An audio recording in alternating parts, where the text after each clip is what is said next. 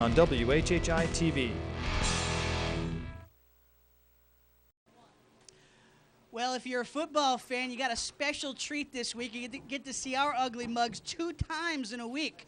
First time live for the Friday Night Football Zone of the 2009 variety. Tim Wood, Chuck Zapek here at Bobcat Stadium in Bluffton, South Carolina for a non-conference game between the Ridgeland Jaguars and the Bluffton Bobcats. Chuck, how are you this evening? Doing fine, Tim. It's great to be back on air. 4 days. That last game we called last week took 3 days to play. Hopefully it won't take that much time, but we are battling the weather again, just like last week with the lightning strikes, which forced the extension of that game tonight. We're not sure about whether it's going to rain too much or not. Clouds seem to be parting. We're going to cross our fingers on that front. Bluffton Bobcats are crossing their fingers after a rough start to the season in the first week, an 18-6 loss to the Hardyville Hurricanes, Class 1A school. First ever loss to Hardyville. A rough start for the Bobcats under third-year coach Jeremy West. Very disappointing, particularly when you have all these younger players who are now seniors playing for the Bobcats. I know that somehow psychologically you got to put that behind them, but there's still some question marks coming into the season. Weren't sure whether the Bobcats were going to have a good offensive line, whether they'd be able to handle the new offense, the wing T that they're running out of. Tonight they'll give them a chance for redemption going up against Ridgeland. The offensive line was definitely the big story of the game against Hardyville. Timmy Smith, Zach Frazier, the running back duo for the Bobcats, were held to practically nothing as far as what they're used to gaining on the ground. That's right, Tim, and Ryan Combs didn't have that great game either. Last year, this team started off with 2 victories and they ended up losing the rest of the season. I think that they were hurt by a lot of injuries. That's the third question mark, is the health of these players. A lot of the players are going both ways, so that they need to stay healthy if they're going to have a successful evening and a successful season. So we're going to see Ryan Combs throw it tonight. You're going to see a lot of power and outside running between the duo of Smith and Frazier. Desmond Jenkins is the X factor for the Bobcats, one guy that we haven't seen too much of, but promises to make a lot of electric plays on offense and defense. Now, as far as Ridgeland goes, Ridgeland first game of the season, They've got some hope coming into this season. They just barely missed the playoffs last season under Coach Richard Kirkland. A little youth on the back positions for him this year, but a lot of optimism going into 2009 for the Jaguars. And a lot of athletes on the field, too. Tim, we were down on the field before a game looking at the players, and this looks like a basketball team that's out there. They got one player that's playing wide receiver that's 6'8", and they've got a lot of speed on this Ridgeland team. So this is almost a mirror offense to the Bobcats. They run a wing T, too. In that type of offense, what you try to do is either run the ball up the middle, or if you can't beat them running between the tackles, then you're going to force the plays outside and try to get in a corner. Ridgeland only threw the ball 15 times last year, Tim, and completed 5 passes. That'll give you an idea of how often they go to the air. A lot of storylines, a lot of history between these two programs, even though both schools have only been around for a few years. A lot of storylines to get to. We'll get to all of them. We'll get you a lay of the land here at Bobcat Stadium, but we're going to take a quick break here on the Friday Night Football Zone. Be back with more right after this on WHHI-TV. This is the new McDonald's Deluxe Angus Third Pounder. The object approaching it is your hand. Observe the differences closely, because when juicy 100% Angus beef is involved, the lines can become blurred. Notice that the Angus Third Pounder is bursting with a bevy of toppings that make it virtually irresistible. Whoa, close one. Angus axiom number 16. Don't bite the hand that feeds you. The astonishing new Angus Third Pounders. All Angus, all McDonald's.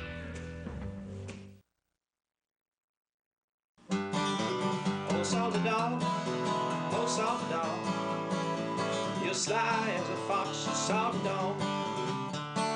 Captain Cherokee sitting in a tree, with kiwi waving back at me. Honey, won't you be the salty dog? Oh, salty dog, oh, salty dog, you're sly as a fox, you salty dog.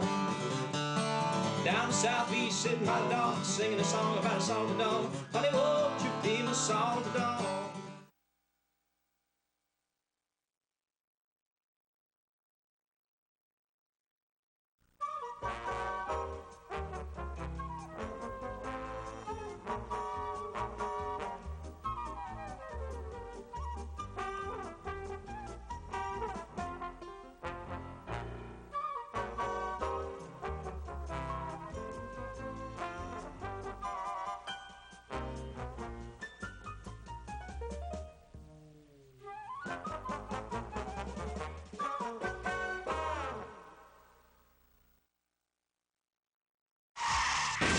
Been in a wreck? Bring your car to H&H Auto Body at 17 Cardinal Road. At H&H Auto Body, you'll get a free estimate in their state-of-the-art facility.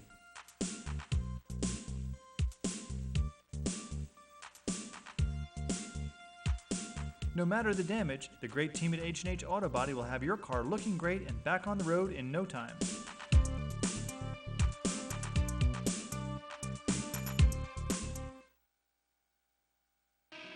Welcome to the Blind Pig Saloon.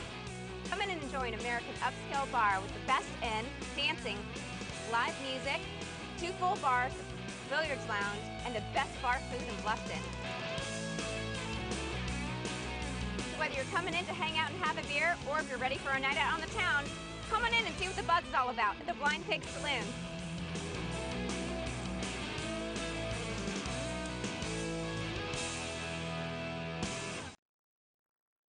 Hi, I'm Larry O'Sullivan. And I'm Brad O'Sullivan, and we're O'Sullivan Equipment and Supply. We are your #1 source for any and all of your janitorial equipment and supply needs. We specialize in equipment and supplying hospital and healthcare, warehouse, industrial, and commercial cleaning businesses. We remedy all continuous cleaning service needs, including all floor types, windows, water damage, odor, and mildew. For the absolute best prices on equipment and supplies anywhere, please contact Larry or Brad O'Sullivan. We will save you money and time. Whether you want a healthier home, have high energy bill concerns, need to schedule a repair, or are ready for system maintenance, go to Mark's Heating and Cooling, where their success is due to a great staff, a few sound business principles, lots of technical training, and an honest desire to please. Give them a call at 681-2350 or go to their website, marksheatingandair.com. And while you're there, cast your vote for the local charity that you would like to see win this month's $500 donation. When you call, they'll be there. Mark's Heating and Cooling.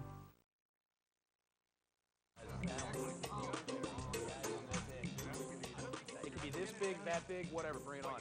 Guys live their life a little differently. And we get it. So we built Sport Clips exclusively for you. We know happiness is a big screen TV, a legendary hot steam towel, a relaxing neck and shoulder massage, and hair that always looks great. Sport Clips. It's good to be a guy. Find the store near you and ask for our MVP treatment.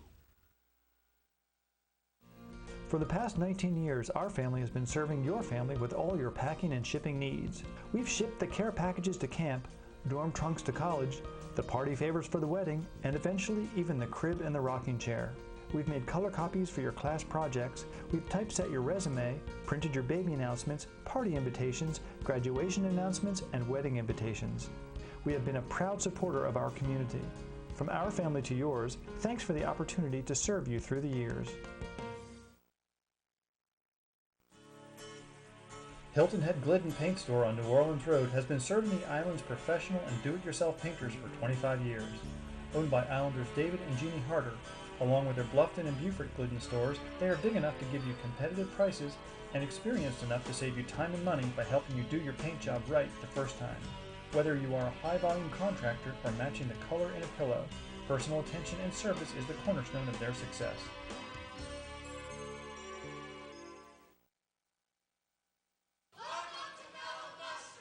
Proudly serving Hilton Head for over 7 years. Whether you are looking to celebrate a special occasion, take the family out to dinner, or catch your favorite sporting team on one of our 12 televisions, Mellow Mushroom is the place to be. We offer gourmet pizzas,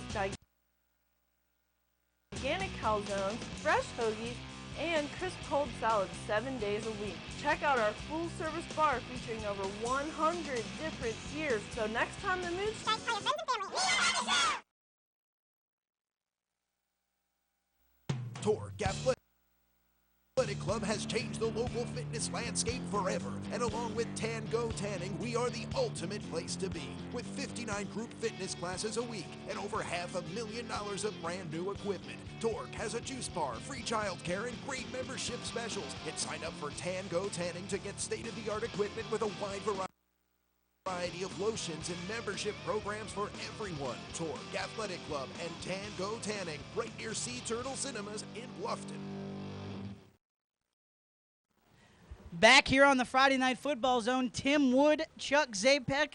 You see the captains meeting at midfield, talk over all the sportsmanship rules for the game. Chuck, well, we said we got a lot of storylines, and one of the storylines we'll be watching is the offensive coordinator for the Jaguars, Russell Hawley. He was on the green and white sidelines when the program started. He was with the Bobcats the first 3 years under Dave Adams. Now he's coaching against Jeremy West. He's familiar with some of the schemes, and the two offenses are very similar this year. Tim, they are similar too, but I guess the biggest thing to look for is whether or not Ridgeland will be able to throw the football. Last year, threw the football just 15 times all year. Not in a game, 15 times all year. They only completed 5 passes. That's with a younger, inexperienced team they had. But I'll tell you what, this year they're going to be ganging up on that front line for the Bluffton Bobcats. I got a feeling we're going to see the ball in the air a few more times. Senior quarterback Walter Nix, number 2, 5'9", 165 pounds. He takes the reins of the offense for the Jaguars this season. And I'll tell you what, he's got a nice safety valve, Chuck. We were talking about him in the pregame. We couldn't get our eyes off when we saw him on the field. Number 86, Jawan Hugh, a 6'6", 190-pound senior.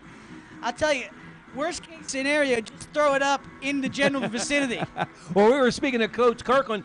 We asked him where he got Huge, and he said he got it from the basketball team. This is a player that didn't feel like he wanted to run cross country. That's one of the requirements to play basketball at Ridgeland High School, was to run cross country in the fall. He decided to take football instead. Coach Kirkland said, hey, send him on down here. We could use him. We expect to see him tonight. We'll gladly take him.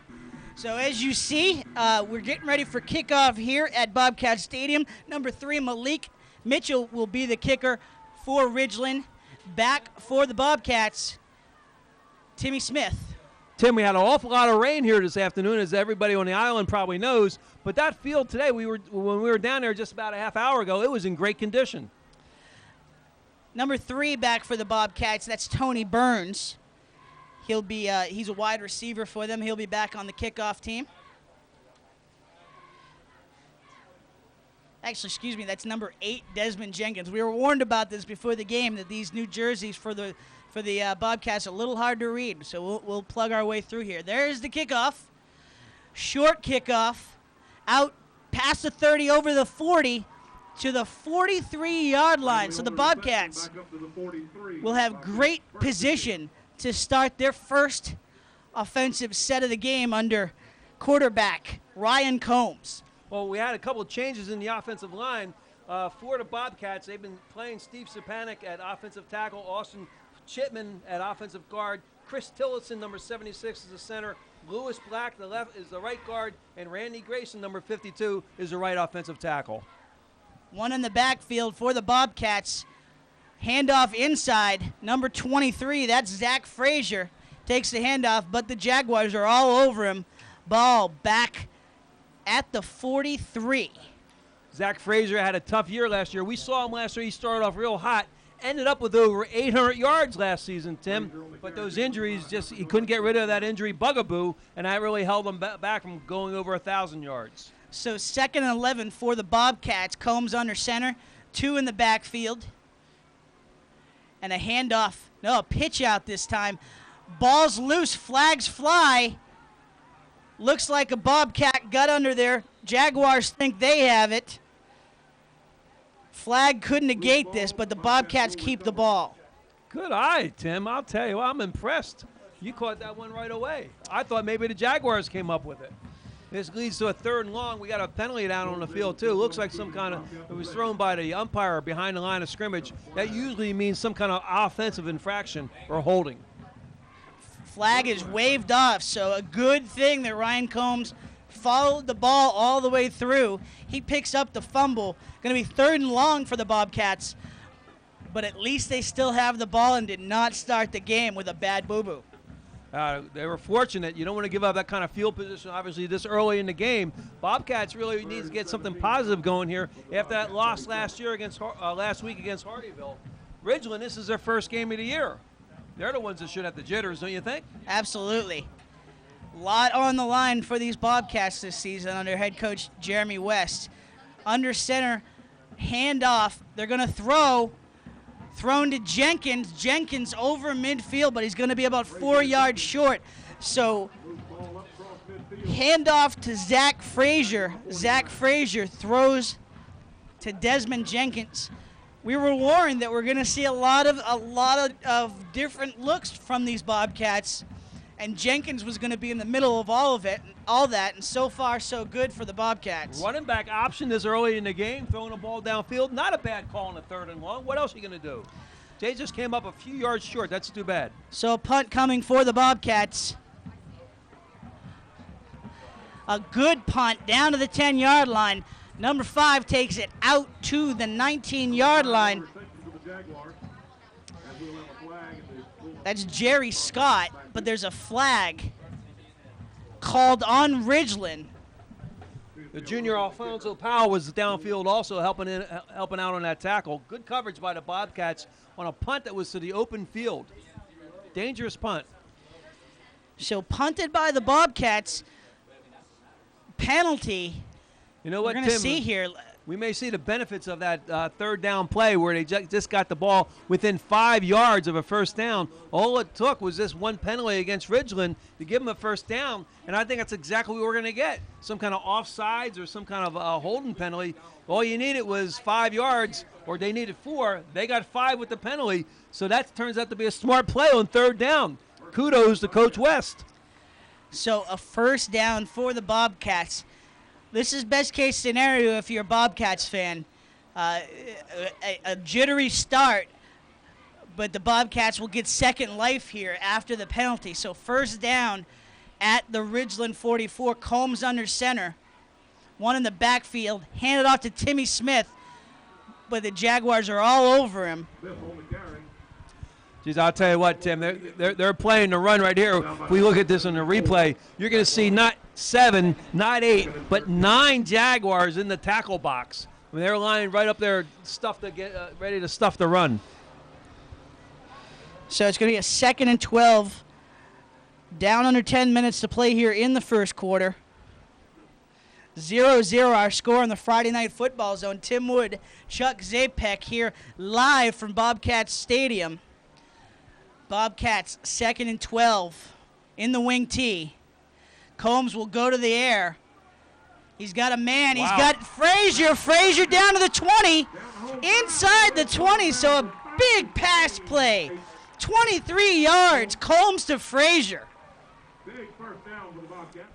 I don't know if that was the intended receiver or not, Tim. We had 2 receivers all in the same area, but Ryan Combs certainly drilled it in there like as if he was the intended receiver. Great catch. First down, Bobcats. Showing some good arm strength on the rollout. Yeah. So the 6'1", 180-pound senior has impressed us on that throw. So Bobcats inside the red zone at the 18. A fake on the handoff. Jenkins has it down to the 6. So another little skullduggery as a direct snap to Jenkins. Jenkins takes it for the first down. So it'll be 1st and goal Bobcats. Head coach Jeremy West of the Bluffton Bobcats emptying the playbook all in the first drive here, Tim. He's going to use whatever he has to get his team build some momentum. I'll tell you, if you're Jeremy West, this is exactly what you want here in the first quarter. Handoff, fumble, and just as we say that, a fumble. Well, looks like the Bobcats were fortunate again, able to recover. They'll lose a yard on the play, but again, they keep possession. Well, they were lucky on that one. That was a handoff to Timmy Smith. The ball popped out of Timmy Smith's hand, landed on the ground, but Timmy jumped on it like a fat kid on an M&M and covered it up in a hurry. Oh, boy. I got nothing. You left me speechless there, Chuck. 2nd and goal. Inside handoff. They're saying the ball was fumbled. No sign yet from the referee. No, referees are saying Ridgeland ball. So a fumble on the carry by Timmy Smith, recovered by the Jaguars. Well, Chuck, we've seen this from the Jaguars a couple times in this series. A lot of bad fortune inside the 10-yard line in this series against Bluffton. So a reversal of fortune here starting early on as the Jaguars recover the fumble and will start at their own 8-yard line. Well, that was a great hit by Mikel Mitchell. He's a senior, 5'8", 165 pounds. He met him at the 2-yard line and was able to jolt the ball loose. So first play for the Jaguars and first flag. False start by the Jags, so not the start that Coach Kirkland wanted to see from his crew. Tim, with all that speed on the Jaguars, just watching them in the warm-ups, looks to me like this is going to be the type of team that's going to want to get the ball in the corner. That's where most of the big plays occur in high school football anyway, is to get the ball in the corner and try to get it outside. I expect to see some of that right here in the first quarter. Some names you're going to hear a lot from us on the offense tonight: Jerry Scott, Malik Mitchell. Scott in motion, inside handoff. A big gainer as Malik Mitchell is off to the races. And he is out of the deep rough, out to the 27-yard line for the Jaguars. So a big gainer for number 5, Malik Mitchell. Excuse me, number 5, Jerry Scott. Yeah, he's a junior. He looks pretty diminutive out there, only 5'8", 150 pounds. But he does complement Mitchell's speed back there in the backfield. So 1st and 10 for the Jaguars. Wing T here as well. Scott in motion, pitch out. Scott's broken a couple tackles, cuts back. He's over the 40 to the 44-yard line. Going to be another first down for the Jaguars. Some good hard running there, Tim. Desmond, the Jaguars lost some big playmakers out of their backfield to graduation. And Jerry Scott showing already that he is going to pick up the slack for the Jaguars.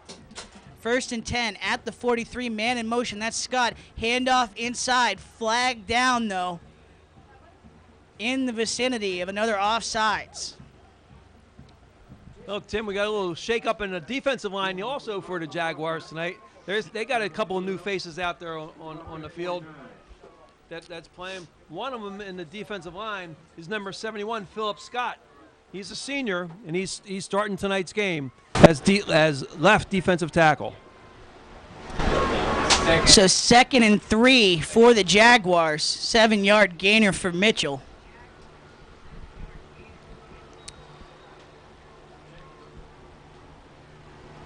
Walter Nix under center, man in motion. That's Scott. Handoff to no handoff, no play as a flag down before the play gets underway. Well, Ridgeland is showing that this is their first game. They definitely are showing their first game jitters, Tim. Offsides again on the Jaguars. So that will move them to the 45.5-yard line. 2nd and 8 for the Jaguars. Nix under center. Mitchell behind him. Scott to the side. Scott in motion. Scott has it, and he's got first down yardage over the 50, down to the 46, but there's a flag on the play, a late flag. It'll be a hold against the Jaguars. So, again, they've shot themselves in the foot here. Yeah, the back judge right in the middle of the field, he caught the offensive holding for the Jaguars. This is going to back them up even further, and it kind of ruins your whole offensive scheme when you can't get positive yards on first down. The Jaguars are getting into that defensive line. They're getting their yardage on the ground, but it's all going for naught thus far. So ball back to this 38-yard line on the hold. So it's going to be 2nd and 15. Well, they're running what's called a flex bone. Some people also call it the wing T, but it starts out with just having the fullback about 3 yards behind the quarterback. And that's the play that starts off with you either just hand it off to the fullback or you pull it out of his belly and then you take it down the line. The quarterback does. and he either keeps it himself and runs it, or he pitches it to the trailing back who's going in motion in the other direction. So it's a very popular offense, one that got started down here in the South. They ran at Georgia and Southern, and then now they're running it at a lot of major schools, including Georgia Tech and the Naval Academy, and also the Cadets and Army run it also now. So an official's timeout on the field. 5:28 to go here in the first quarter. 0-0. Bobcats drove down to about the 4-yard line, but a fumble by Timmy Smith recovered by the Jaguars. Jaguars had it over midfield, but penalties have put them back to the 38-yard line. Another official's timeout. Not sure what we're cavorting about here, but trying to figure out the exact yardage on the hold, I guess. We've got a man from the Bobcats that needs to tie his shoes. Going to take a commercial here. Be right back on the Friday Night Football Zone on WHHI-TV. This is the new McDonald's Deluxe Angus Third Pounder. The object approaching it is your hand. Observe the differences closely, because when juicy 100% Angus beef is involved, the lines can become blurred. Notice that the Angus Third Pounder is bursting with a bevy of toppings that make it virtually irresistible. Whoa, close one. Angus axiom number 16. Don't bite the hand that feeds you. The astonishing new Angus Third Pounders. All Angus, all McDonald's. Back here on the Friday Night Football Zone. 5:28 to go here in the first quarter. 2nd and 15 for the Ridgeland Jaguars. Man in motion. That's Scott. Pitch out to Scott. Trying to find the corner, but he's forced back in and taken down by the Bobcats. Well, the refs are flag happy here so far. Another flag on the field late in the play. Well, last year they had two running backs, Quamel Simmons and Dominic Nelson. They rushed for over 1,600 yards at Ridgeland. It looks like they're going to stay with that formula for this year. They're going to run the football. You know, and it's funny because they showed a lot of pass in their scrimmages, and that's what the Bobcats saw on tape. But so far, it's been all run for the Jaguars. I'll tell you what, I'm still looking to see this 86. I just want to see a toss-up. Just throw it up, see if he can catch it. They got some size out down on the field there for Ridgeland. They have two offensive tackles that are 6'4". 2nd and 11, handoff inside, met by a trio of Bobcats. Going nowhere. So it'll be 3rd and 11 for the Ridgeland Jaguars. Met by a pack of Bobcats. There you go. We got to get our adjectives correct. School of Dolphins, yes. Pack of Bobcats. 3rd and 11, wing T formation again. 2 out wide. Nick's under center. Scott in motion. On the keeper. Wow. Nix keeps it, and he runs over midfield down to the 39-yard line of Bluffton. No flags on the play. Well, Tim, I guess that's Walter Nix's version of throwing a ball downfield. He'll just take out the pass and run it himself and end up 20 yards downfield. So another big gainer for the Jaguars. They've had a bunch of them here in the first quarter, but a bunch of penalties as well. See the fullback right behind the center, right behind the quarterback, only 3 yards behind him. Scott's got the ball. He tries to get outside. Taken down at the 37. Frazier on the stop. Frazier on the stop for the Bobcats. This time, rather than faking the ball to the fullback, they use them as a lead blocker. It's almost like pulling a guard. Good first down call. Yeah, again, though, Chuck, don't want to belabor it, but the Jaguars are having their way getting into the Bluffton defense so far. Well, there's an 8-man front up there for the Bobcats. Handoff inside, Malik Mitchell. Mitchell down to about the 32-yard line. He's going to be a couple yards short of the first down, so Jaguars will have 3rd and short. Lewis Black in there, number 75. He's a junior, came in and made a nice play. 3rd and 3. 3rd and 2, counting down to 3 minutes to go here in the first quarter. Nix under center, Scott again in motion. Nix will keep it. Nix has yardage and more for the first down. Down past the 25 to about the 22-yard line. So multiple looks, multiple hands on the ball, and the Jaguars are having their way. Yeah, nice job. This time they do fake the ball to the fullback. Nix goes the opposite way and runs the option and decides to keep the ball once he saw that the defensive end had committed upfield to take the pitch man. Timeout here on the field. We'll take 1-2, Friday Night Football Zone. On WHHI-TV. Oh, salty dog, oh, salty dog, you're sly as a fox, you salty dog. Captain Cherokee sitting in a tree, with Kiwi waving back at me.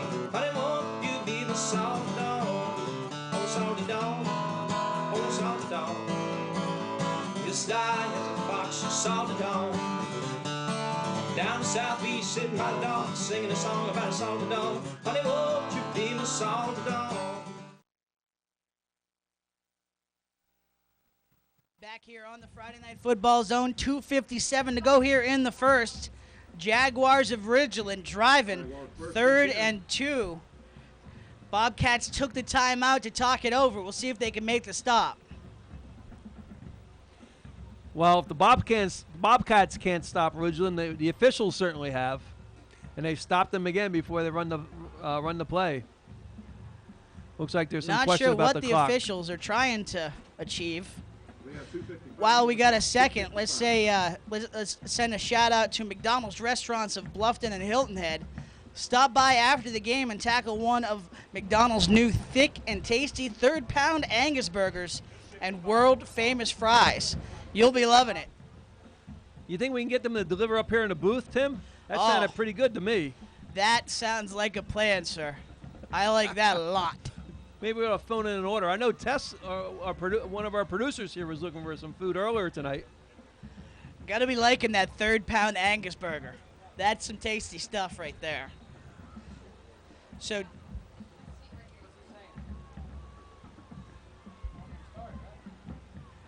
third and short, handoff inside. Looks like a first down for the Jaguars, down to about the 26. That's Mitchell inside with the carry. Another first down for the Jaguars. Tim, as we said, there's a lot of size out in the field for the offensive line. For Ridgeland, you got Damian Gatson. He's 5'9", 190, but Wesley Scott is 6'4", 245, only a sophomore. And you have another offensive lineman, Jacques Polite, at right guard. He's 6'4", 240, just a junior and a first-year starter. Run inside to Mitchell. Mitchell down to the 10-yard line. Flag on the stop for the Bobcats. Well, another first down for the Jaguars. Yeah, Tim, they're running the flex bone to perfection here. Now they hand it off to the first man through to the fullback. Paul Johnson, the head coach at Georgia Tech, would be proud of the way they're running his offense tonight. That took him, made him quite successful here at Georgia Southern, then at Annapolis, and now at Georgia Tech. And Ridgeland is just copying their offense. So another first down for the Jaguars. Red zone possession. Whoa. Big stop on Mitchell. Penetration by the Bobcats. That is Philip Scott. Philip Scott getting the stop for the Bobcats. So a big stop there on first down. Stops the Jaguars' momentum. They'll have a 2nd and 11. Now, Philip Scott was one of those new starters out in the field. He's a senior, and they could use his size out there, and he came up with a crushing tackle. Nix under center. Rollout. Option. Pass, but intercepted. Interception. Bobcats with the big defensive play. Interception.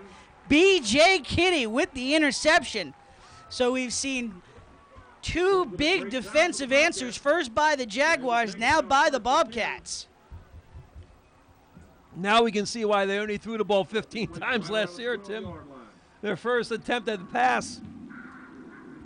Nix flicks the ball. Looked like he had a man open. Kitty made a nice reaction on the ball, jumped up, came up with the interception.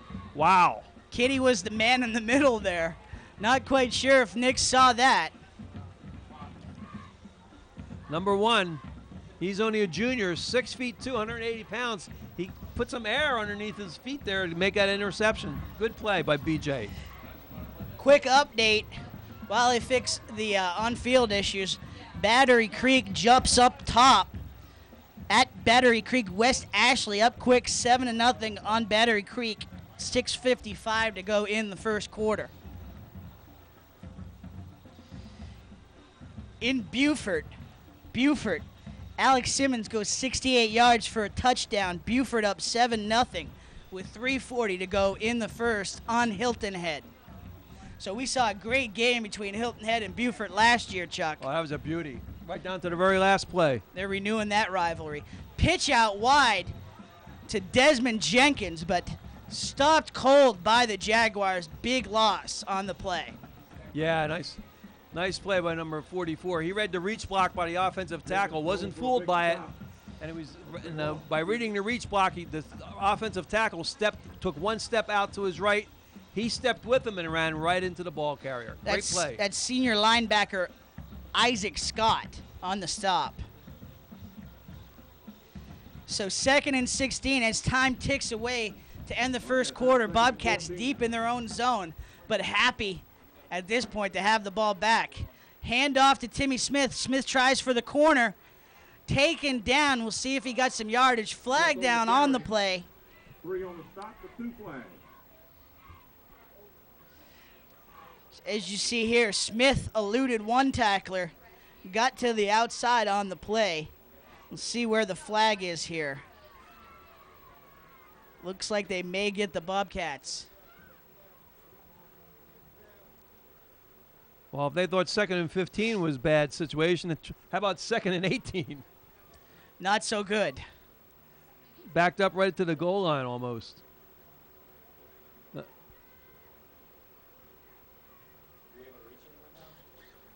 Or a third.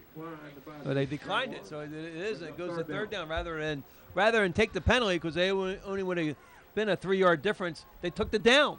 So a block in the back call on the Bobcats, as you saw on the replay. And the Bobcats pinned deep in their own zone. What do you think, Tim? Stay conservative or maybe throw the ball and try to get the 15 yards? I got to say conservative, being this deep in the zone. Don't want to serve up. Well, no, Combs is going to the air. It's worked before. Let's see if he can make it work again. Had a man open, goes to the middle again, but overthrows number 27, Jordan Rodriguez. Another flag on the field. Well, the quarterback got over the line of scrimmage. He was a good 3-4 yards past the line of scrimmage when he threw that ball that time. Ryan Combs, the senior. So it's not. They'll probably decline the penalty and force the Bobcats into punting. Now, do we still have any time left on the clock, or is that the quarter? 20 seconds to go in the quarter. That's too bad, because now they're forced into punting into the wind. There is a little bit of breeze down here blowing from our right to left.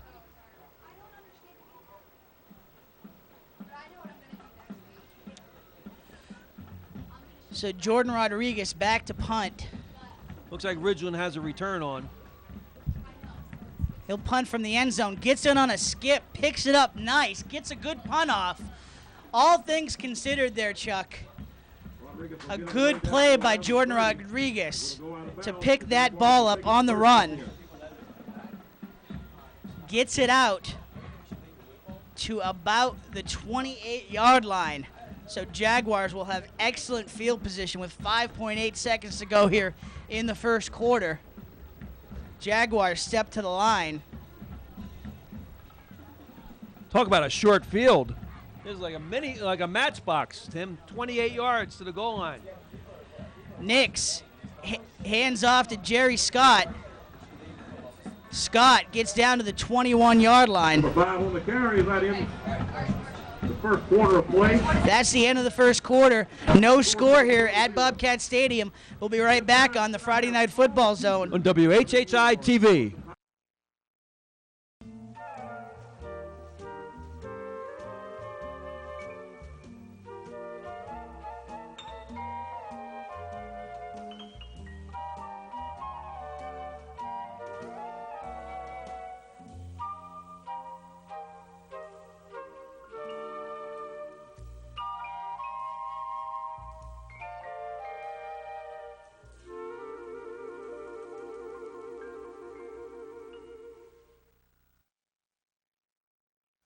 H&H Auto Service is the home of the free inspection.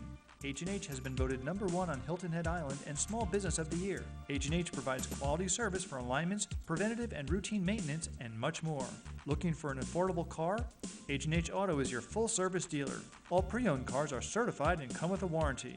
Everybody rides at H&H Auto because they finance in-house. Whether your car needs to look its best, run its best, or if you just need a new one, count on H&H to get you where you need to go.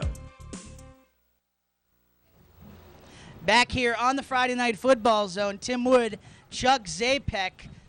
Beginning of the second quarter, 0-0.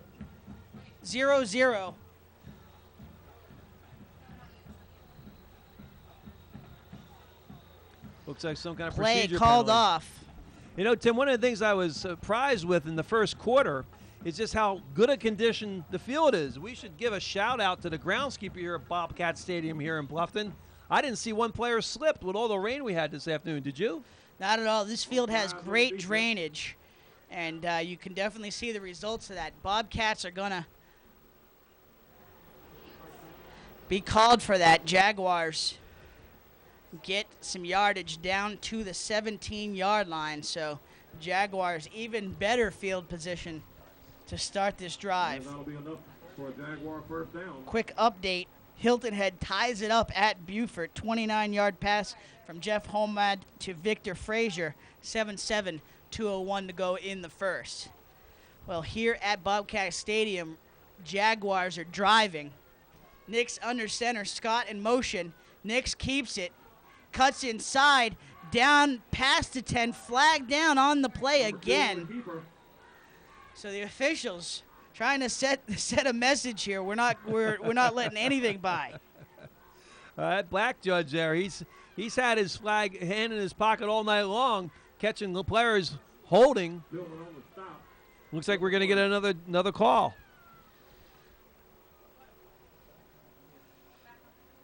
Officials talking it over. While we got a second, want to thank H&H Auto, customer friendly, guaranteed quality. The #1 place for auto sales and service on Hilton Head. That's H&H Auto. Another one of our fine sponsors making this broadcast possible. So flag waved off as you see down on the field. Officials just like throwing it, apparently. That's 2 waved off flags so far. I like to just give a little shout out to H&H Auto. That's a stress-free zone. We took our car in there last week, and they worked on our automobile. Relieved a lot of stress, did a great job taking care of it for us, Tim. Jeremy West wants an explanation. I don't blame him, Chuck. He wants an explanation for all these flags thrown and just getting in the way of the flow of the game here. Well, I think he wants an explanation why there wasn't a penalty assessed on that. It certainly looked like there was a penalty going to be assessed. I don't know why there wasn't. Officials obviously had something on their mind if they're throwing it, but they picked it up, and a first down gainer on the keeper by Walter Nix. So again, the Jaguars driving once again inside the Bobcats 10-yard line. Bobcats able to stop it last time on an interception by B.J. Kitty. We'll see if Ridgeland can capitalize this time. This has been their story again and again, Chuck. Ridgeland's story through their history in this rivalry. They have not been able to capitalize. First and goal. Handoff inside. Down to the 5-yard line. Met by a pack of Bobcats. Number 5 on the carry, stopped by Scott. Good job that time by Randy Grayson, number 52. He used his 6 foot, 240-pound frame to stuff up that line of scrimmage, Tim. So ball down at the 5-yard line, second and goal for the Jaguars. As we've said, Jaguars have had their way on the ground so far, but have no points to show for it. Nix under center. Scott in motion. Handoff inside to Malik Mitchell. Mitchell down to the 3-yard line. This time it's Philip Scott, the senior, that plays the right defensive tackle, comes up with a big stop this time. Philip Scott, 5'11", 280 pounds. Boy, he eats up some territory. So Coach Kirkland told us that He didn't think his Ridgeland boys had the means to go inside, but they've tried it twice in a row here against the Bobcats. We'll see if they go that way again. 3rd and goal, man in motion. That's number 17. He's got the ball, and he is taking a great tackle, but they signal touchdown by number 17. That is Brenton Walker, the senior running back. A good tackle here on the outside, but the running back had enough momentum to carry himself into the end zone and kind of almost leaped with a tackler wrapped around his knees. So the 5'8", 160-pound senior running back gets in the end zone. Jaguars finally in, and a 6-0 lead with 9:48 to go here in the first half.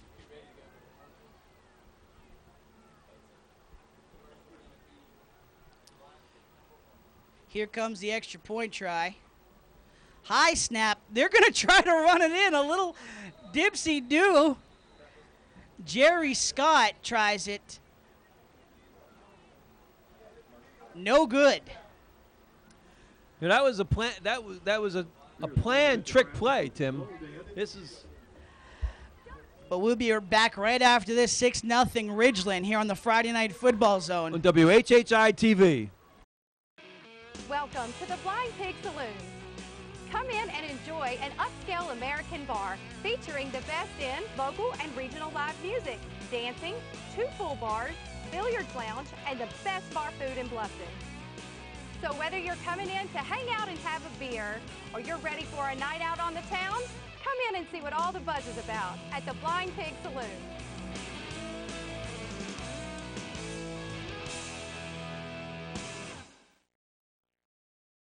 Back here on the Friday Night Football Zone, 6-0 Ridgeland. Ridgeland capitalizes on the short field on a 3-yard power run by Brenton Walker for the 6-0 lead. So the Jaguars kick off. A line drive caught by Desmond Jenkins. Jenkins out over the 35. He kicks the corner out over the 40 to the 43-yard line. So a good run back by Desmond Jenkins. Bobcats will have good field position. While we got a second, want to send a shout out to the Salty Dog Cafe.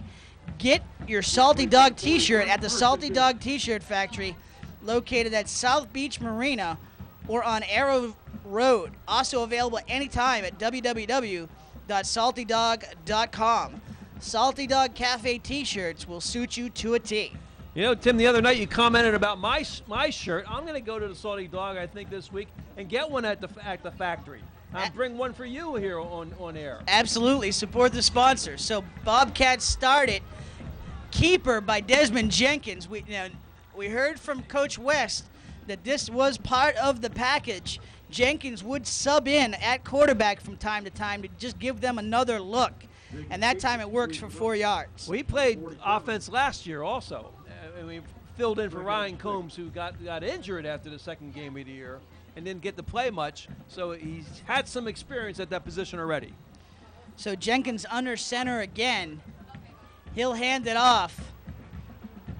And Timmy Smith spun back to the 45-yard line.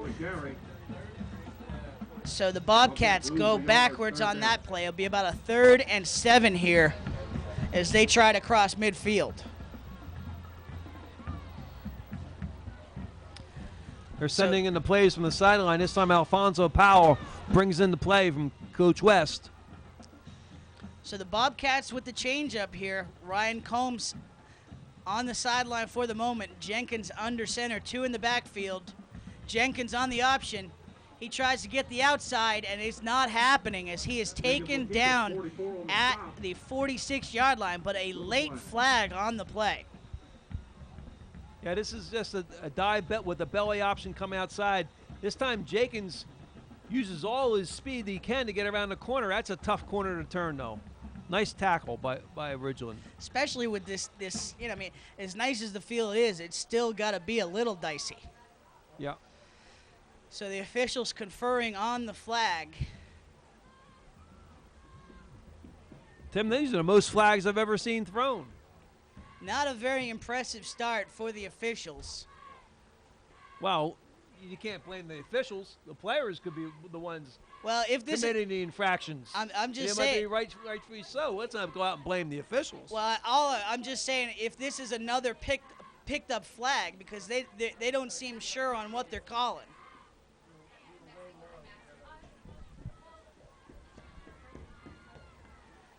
Well, personal foul. Personal foul against the Jaguars at the end of the play. The Jaguars.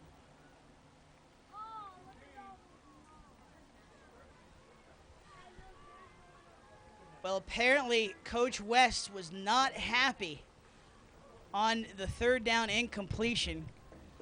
Our man on the sideline, Chris Wunsch with Bluffton today, said it could be heard that West said, I want a new QB in there, and he's got his man in Desmond Jenkins. So 4th and 6. No, it's first down, Tim. Oh, okay, excuse me. 1st and 10 for the Bobcats on the penalty. Jenkins under center. Hands off to Zach Frazier. Frazier looking to throw again. Throws it to number 2, Jimmy Tillman. Tillman with a good gain on the play. Tim, you're probably not old enough to remember the old halfback option pass made famous by Paul Hornung with the Green Bay Packers. I do. And that's what it looked like that time. One out of the playbook from long ago. Correction, that was Stephen Bradley on the catch. So Bradley down to the 31-yard line. Coming up on 7 minutes to go here in the first half. Bobcats looking to answer the score from Ridgeland. Ridgeland up 6-0 for now. Jenkins under center. Handoff to Timmy Smith. To Zach Frazier. Frazier gets down to the 26-yard line.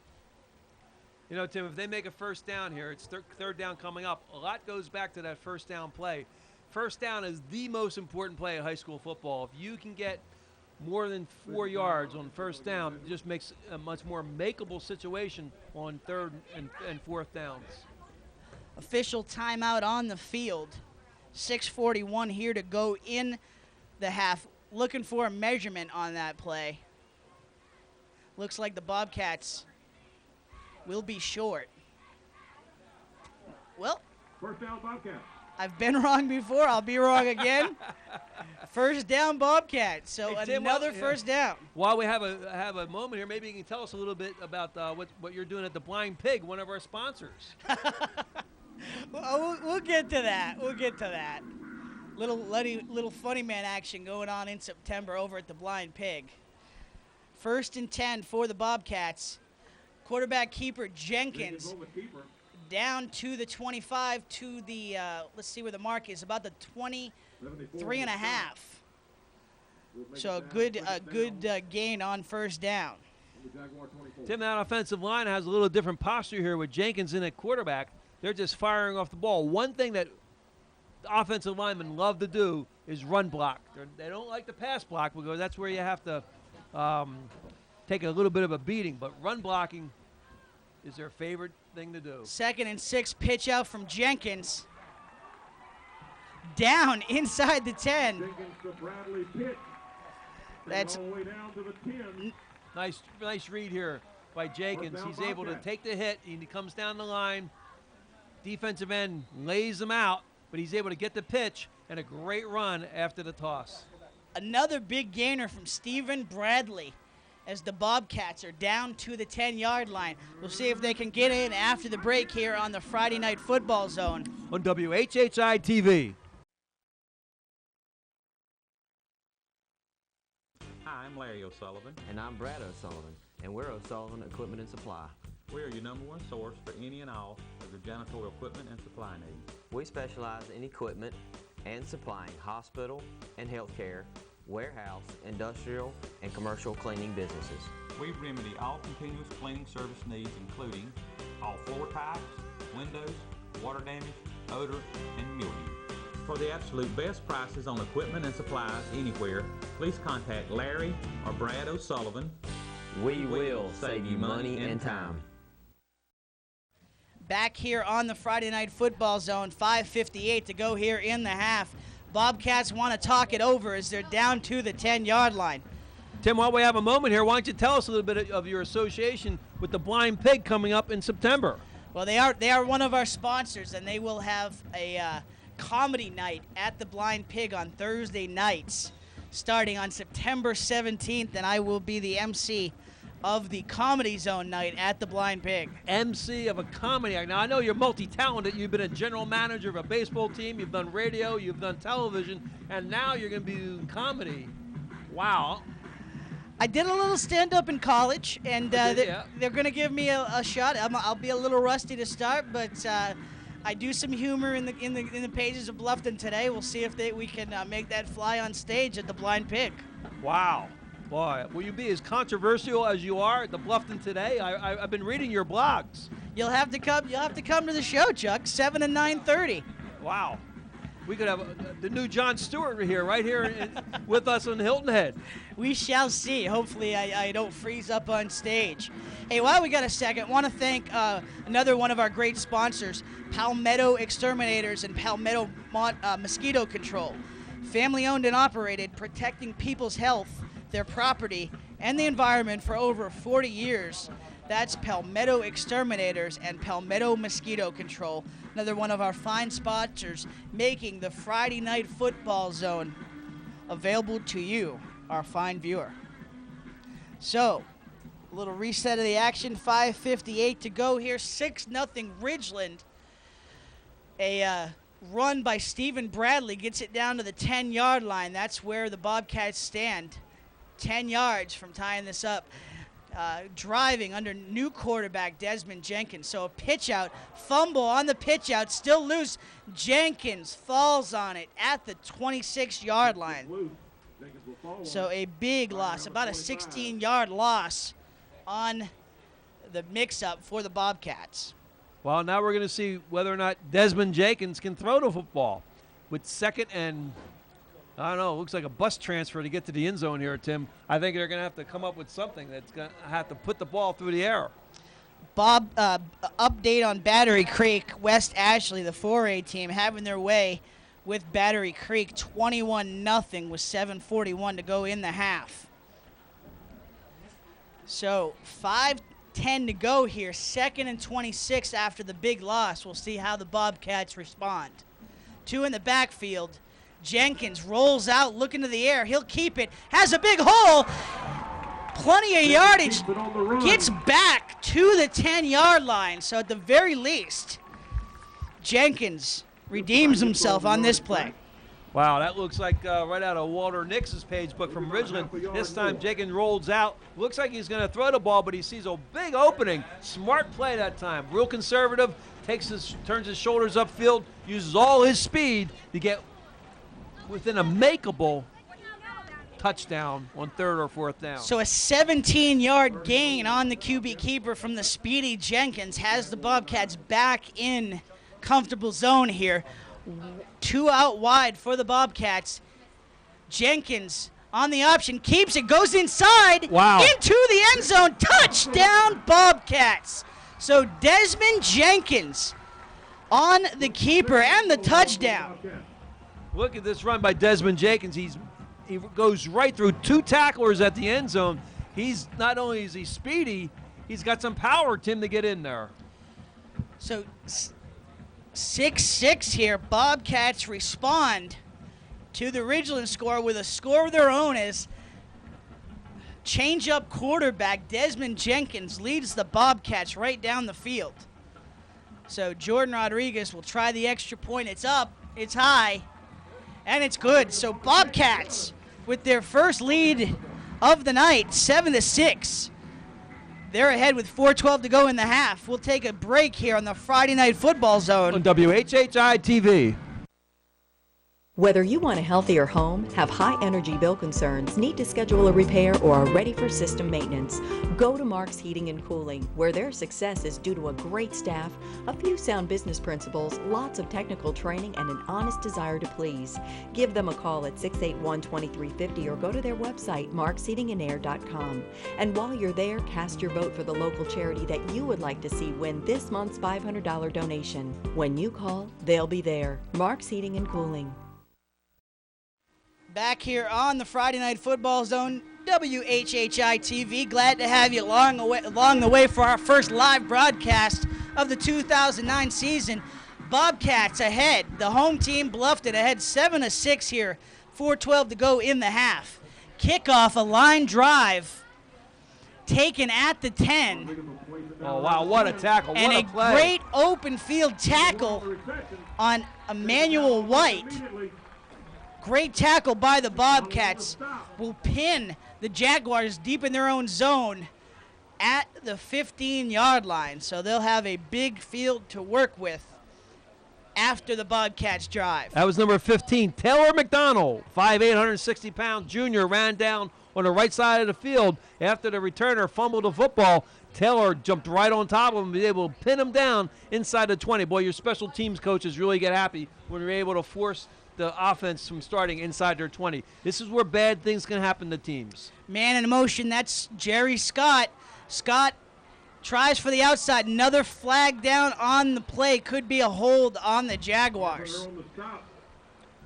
Well, Tim, even these wishbone teams, this is one area where, and this is a little bit, the flex bone they're running, or a wing T, is a version of the wishbone. That's one of the weaknesses of the wishbone, is the coming out offense. It was always a problem. Even when they ran it at schools like Nebraska and Ohio State, great wishbone teams in the past, or Texas, when they were deep in their own territory, that was the area where you could stop those teams, was deep in their own territory, because it just tightened up the line splits and the defenses just kind of stacked all in there. And this is a tough thing for any wishbone offense to run out of.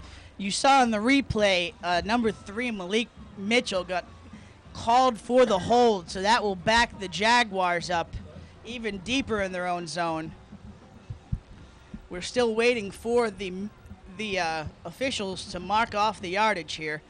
Well, we got a second. Want to say stay with us at halftime. We will have members of the Bluffton High School Booster Club to explain what they've been up to. A lot of action behind the scenes here at Bobcat Stadium. A lot of spirit going on with the Bobcats this year to try to get the community focused around Jeremy West's team. You're just Mr. Bluffton here, Tim. You know everything that's happening. 2nd and 20, pitch out to Mitchell. Mitchell taken down in the backfield. Bobcats all over that play.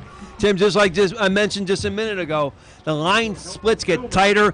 Everything gets tighter when you're inside your 20. You got to come out of it. It is a tough situation. That's why pro teams love the pass out of this. And when you don't have a passing offense, this is where you suffer when you're on that wishbone or flexbone or wing T type of offense. And we're seeing it happen right now.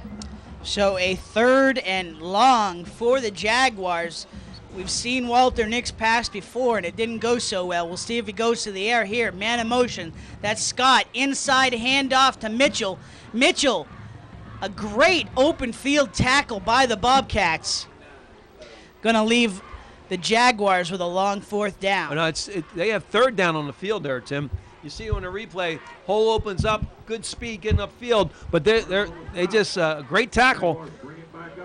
But they just have too far to go here. It's 3rd and 10 after a nice gain on 2nd down. 3rd and 10 for the Bobcats for the Jaguars at the 15-yard line.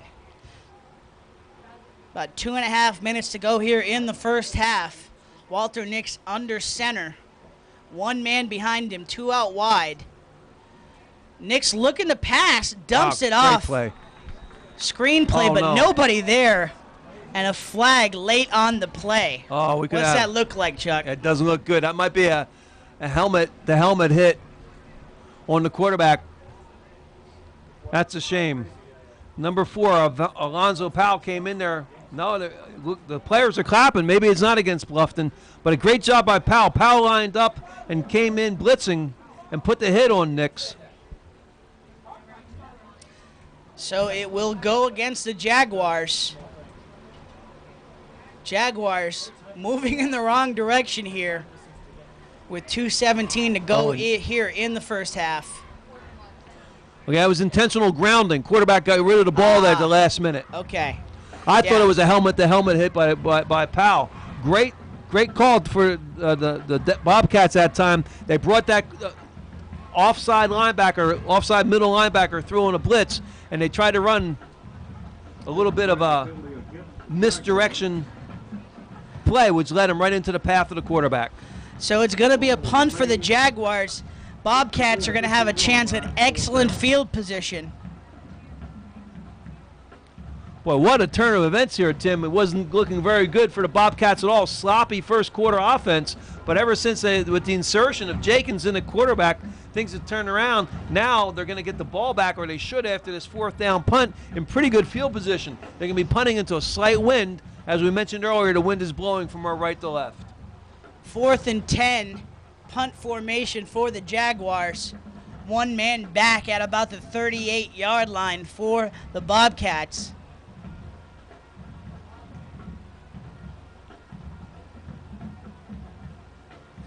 Clean, a little high snap, kick off and high. Bobcats will let it bounce. They get a good bounce. It bounces back to the Jaguars 35. So Bluffton will have a 35-yard field to work with. Try to put some distance between them and the Jaguars to end the first half. All right, while we got a second here, want to once again send our thanks out to McDonald's Restaurant of Bluffton and Hilton Head. Stop by after the game and tackle one of McDonald's new thick and tasty 3rd pound Angus burgers and world famous fries. You'll be loving it. So Bobcats will start at the 35.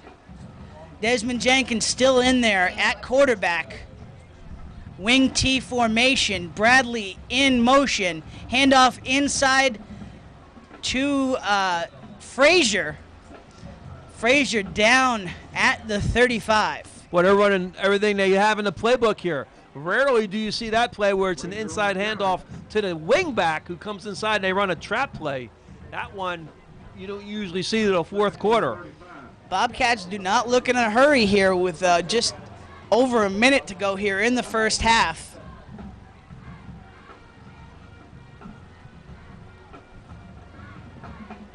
Jenkins going to keep it. He's got some yardage down under the 35 to about the 26-yard line. They're going to have to get a timeout here. Or they're going to have to let the clock go. He did not pick up the first down in high school football. It's like college. If they do get a first down, the clock will stop, but they're not really, no real sense of urgency so far by the Bluffton Bobcats to line up over the ball.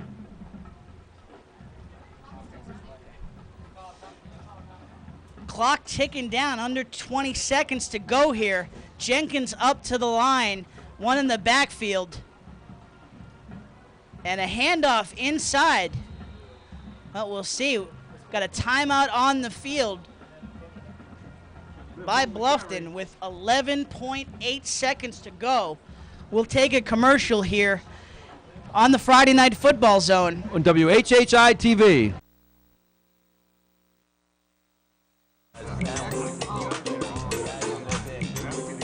It could be this big, that big, whatever, bring it on. Guys live their life a little differently. And we get it. So we built Sport Clips exclusively for you. We know happiness is a big screen TV, a legendary hot steam towel, a relaxing neck and shoulder massage, and hair that always looks great. Sport Clips. It's good to be a guy. Find the store near you and ask for our MVP treatment. Back here on the Friday Night Football Zone, Tim Wood, Chuck Zapek. You see the score, 7-6 Bluffton. Well, the Bobcats initially, they sent out their kicker, Jordan Rodriguez.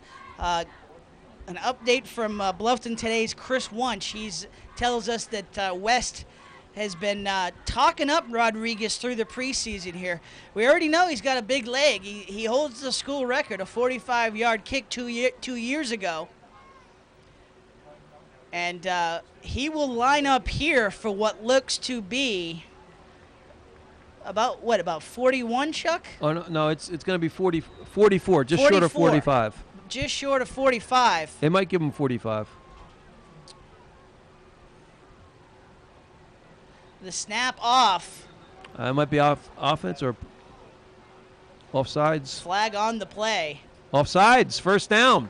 Oh, well, let's get the offensive. Get the O team out there. That's another way to get a first down. They're still going to need to kick the field goal, but they're going to get 5 yards closer.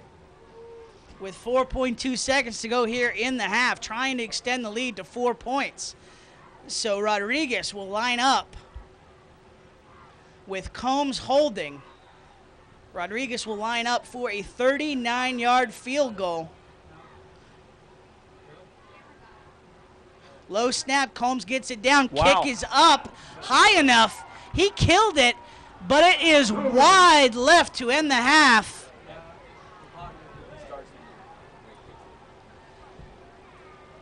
I thought he had it from up here. It looked like it was pretty darn close. We'd have to look at it on replay here, Tim. All right, so the Jaguars will get one more shot at it. Rodriguez no good on the field goal. Still 1 second left to go in the first half. He had the distance. There was no doubt about that, Chuck, but just a little wide left on the kick. So Well- Jaguars will likely just down this, although they do have the speedsters. Nick's under center, man in motion. That's Mitchell. Mitchell goes to the air and knocked down by Stephen Bradley, and that will end the half. 7-6 your score here. Bluffton ahead. 7-6. We'll come back with more here on the Friday Night Football Zone. On WHHI-TV. You're watching the Friday Night Football Zone on WHHI-TV. Brought to you by your local McDonald's restaurant of Bluffton and Hilton Head.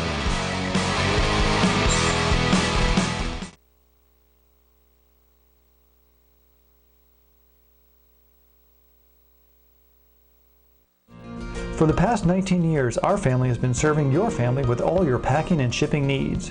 We've shipped the care packages to camp, dorm trunks to college, the party favors for the wedding, and eventually even the crib and the rocking chair. We've made color copies for your class projects, we've typeset your resume, printed your baby announcements, party invitations, graduation announcements, and wedding invitations. We have been a proud supporter of our community. From our family to yours, thanks for the opportunity to serve you through the years. Hilton Head Glidden Paint Store on New Orleans Road has been serving the island's professional and do-it-yourself painters for 25 years.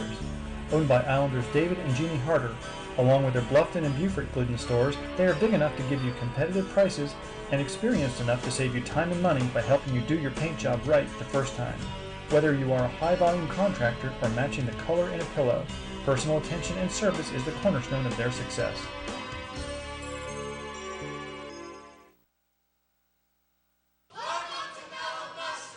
Proudly serving Hilton Head for over 7 years. Whether you are looking to celebrate a special occasion, take the family out to dinner, or catch your favorite sporting team on one of our 12 televisions, Mellow Mushroom is the place to be. We offer gourmet pizzas, gigantic calzones, fresh hoagies, and crisp cold salads 7 days a week. Check out our full-service bar featuring over 100 different beers. So next time the mood strikes, tell your friends and family. Meet us at the Shrew!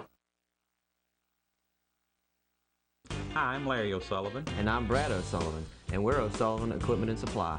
We are your #1 source for any and all of your janitorial equipment and supply needs. We specialize in equipment and supplying hospital and healthcare, warehouse, industrial, and commercial cleaning businesses. We remedy all continuous cleaning service needs, including all floor types, windows, water damage, odor, and mildew. For the absolute best prices on equipment and supplies anywhere, please contact Larry or Brad O'Sullivan. We will save you money and time. Back here on the Friday Night Football Zone, up in the press box here at halftime, 7-6. The Bobcats of Bluffton ahead on the Ridgeland Tigers. I think the story has to be to change a quarterback for the Bobcats when they inserted Jenkins into the lineup. He's got the offense moving, and it looked like a lot of momentum, and that offensive line responded, and they drove the ball down the field for that score, Tim. Well, Jeremy West called for it from the sideline after that long overthrow by Combs, and he got his man in Jenkins, a different sort of offensive set for the Bobcats. And it seemed to confuse the Jaguars' defense a little bit. Yeah, I don't think they were ready to have an option quarterback come into play. They were more prepared for a team that was going to run off tackle with Ryan Combs, maybe some play-action passes, but that game plan is gone. It looks like they didn't have plan B ready for the Bobcats and bringing in an option quarterback. If you're the Jaguars, I got to think you're thinking you got to have more points on the board by now. They had their way with the defense. Well, you got to get it when you can, when you're down there, and they certainly didn't. They got down an early drive, and they end up fumbling or an interception the first time they got inside the 10-yard line. That hurt. You only get so many chances throughout a ball game. They had their chances early, and they didn't take advantage of it. Jaguars coaches thought they might mix up the Bobcats, thinking that they're going to throw, but Jeremy West, he wasn't born yesterday. He knows this is a run-first team. It is, too. Again, it's a team that only threw 15 passes last year, Tim. You can see why after their first couple attempts here in the first half. Yes. Still waiting to see our big man, number 86. He's yet to hit the field. I know. All 6'7" of them. We'll see if we see him. Hey, we'll take a break, bring in the Bluffton High School Booster Club after the break here on the Friday Night Football Zone. On WHHI-TV. Torque Athletic Club has changed the local fitness landscape forever. And along with Tan Go Tanning, we are the ultimate place to be. With 59 group fitness classes a week and over $500,000 of brand new equipment. Torque has a juice bar, free childcare, and great membership specials. And sign up for Tan Go Tanning to get state-of-the-art equipment with a wide variety of lotions and membership programs for everyone. Torque Athletic Club and Tan Go Tanning, right near Sea Turtle Cinemas in Bluffton. This is the new McDonald's Deluxe Angus Third Pounder. The object approaching it is your hand. Observe the differences closely, because when juicy 100% Angus beef is involved, the lines can become blurred. Notice that the Angus Third Pounder is bursting with a bevy of toppings that make it virtually irresistible. Whoa, close one. Angus axiom number 16. Don't bite the hand that feeds you. The astonishing new Angus Third Pounders. All Angus, all McDonald's. Chuck Zapek here on the Friday Night Football Zone, halftime at Bobcat Stadium. Bluffton ahead 7-6. But we've got some guests up here in the booth with us. The president and vice president of the Bluffton High School Booster Club, Kathy Schraus and Tracy Trimmer. How are you, ladies? Good, thank you. Glad to be here. So tell us a little bit about what the Booster Club is up to. Seen a lot of things happening with them throughout the preseason here. Yes, we've done a lot of marketing this year on boosting our club to a level. We are representing one community, one school, one team. We are the power of one. What kind of things as a booster club can you do to get the community more involved? Is it promotions? Is it just promoting school spirit? What's the mix as far as the booster club goes? Well, we have been soliciting our businesses on getting everyone involved in the communication and supporting our school. Hilton Head Automotive has donated a truck for a donation. If you throw the last game, October the 16th, if you throw the football from the 50-yard line into the bed of the truck, you win the truck. The football has to stay in the bed of the truck. And that's going to be from the 50? From the 50-yard line. Into the end zone. Yes. So it's possible. It is. I mean, Chuck and I have both done it before. I want to try it. I'm gonna be out there in the field, Tim. I'm gonna try that one. Absolutely. That's a challenge. I would like to give that a try myself. I need a new truck. We're selling chances. It's one chance for $1. $5 gets 6 chances, and that drawing will be on the 16th, and you have to be here in presence, of course. But those tickets, any home game you can buy them, they'll be good for the drawing. Yes, or at our school here. If you want to call, we can make sure that you are called, and we'll get that ticket to you. Right now, you support other sports than just football. How broad is the program here with the Booster Club? We have 33 sports teams at Bluffton High School, and we support all of them, so it's huge. All Sports Booster Club. And 33 sports. That's why That's like a college program. I mean, the Big Ten, they only have 30 sports a school. We've said it before. We'll say it again. Get out here. There's nothing simpler than getting out to the football stadium to support your school. No simpler way to show community spirit. And the Booster Club is certainly doing their part to spur on the crowd. You've got some towels for sale as well. Yes, our Booster Club has towels $2, and it comes out. They're rally towels. So we want our fans to come out and rally our team for a win. It's working so far. Bluffton ahead 7-6 here in the first half. Tracy Trimmer, Kathy Schraus, want to thank you for coming up here and continued success with all your work with the Booster Club. Thank you guys for your support. Thank you. Absolutely. We'll take a break here. Be back to look to the second half. 7-6 Bluffton, your halftime score here on the Friday Night Football Zone On WHHI-TV. Oh, salty dog, oh, salty dog, you're sly as a fox, you salty dog. Captain Cherokee sitting in a tree, with Kiwi waving back at me. Honey, won't you be the salty dog? Oh, salty dog, oh, salty dog, you're sly as a fox, you salty dog. Down the South Beach, sitting by the dock, singing a song about a salty dog. Honey, won't you be my salty dog?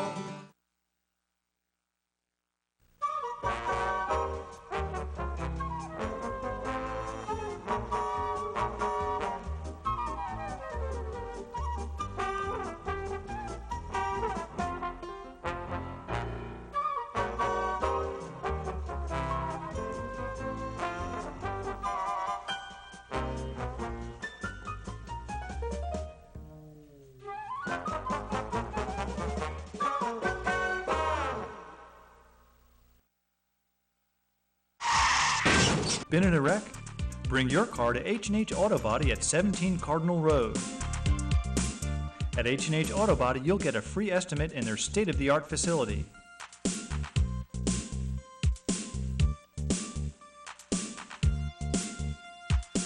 No matter the damage, the great team at H&H Auto Body will have your car looking great and back on the road in no time.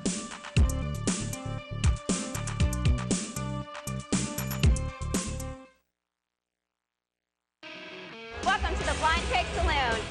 Come in and enjoy an American upscale bar with the best in dancing, live music, 2 full bars, billiards lounge, and the best bar food in Bluffton. So whether you're coming in to hang out and have a beer, or if you're ready for a night out on the town, come on in and see what the buzz is all about at the Blind Pig Saloon.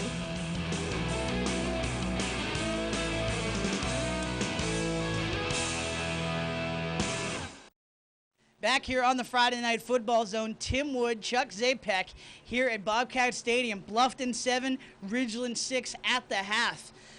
Well, as we look forward to the second half here, Chuck, if you are Coach Kirkland, what are you saying to your Jaguars in the locker room? I would say they got to come out like they did in the first half and move the ball downfield by getting the ball on the outside and be able to pitch it to their speedy backs. That's what got them downfield.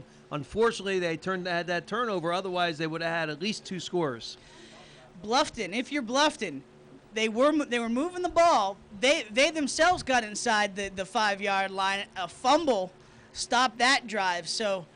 But they were able to rebound. So if you're Jeremy West, what are you saying to your guys right now? Well, you got a new quarterback. The junior Jenkins is in there, number 8. He's the guy that's going to have to keep the offensive momentum going. Looks like the offensive line is responding. They like to fire off the ball. They're hitting quick hitters to the fullback, and then he runs that belly series where he pulls the ball out, and the fullback comes down the line, either keeps it himself, and we saw what the speed that Jenkins has, or then he pitches it. And that's going to be the formula for the Bobcats. In order to win this football game, they got to be able to get the ball on the outside with their speed, and hopefully they'll get some big gainers. I got to say, one of the shocks for me in the first half, and the stats showed it in their first game against Hardyville, Timmy Smith and Zach Frazier have not shown that explosiveness. There are very few stats here in the first half. They haven't gotten the ball in the situations where they need to be able to show their speed. Between the tackles, neither team has really worked the ball that well.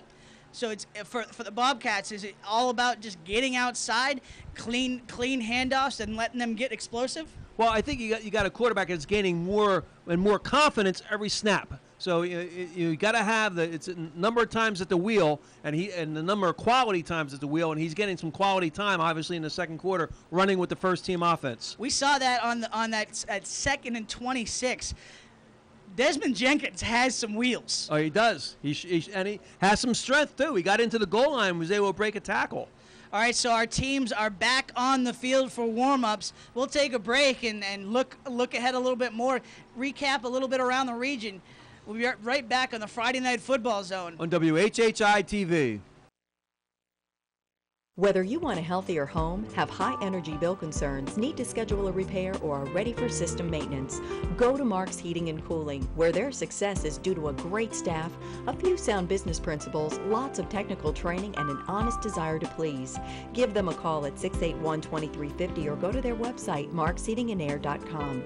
And while you're there, cast your vote for the local charity that you would like to see win this month's $500 donation. When you call, they'll be there. Mark's Heating and Cooling.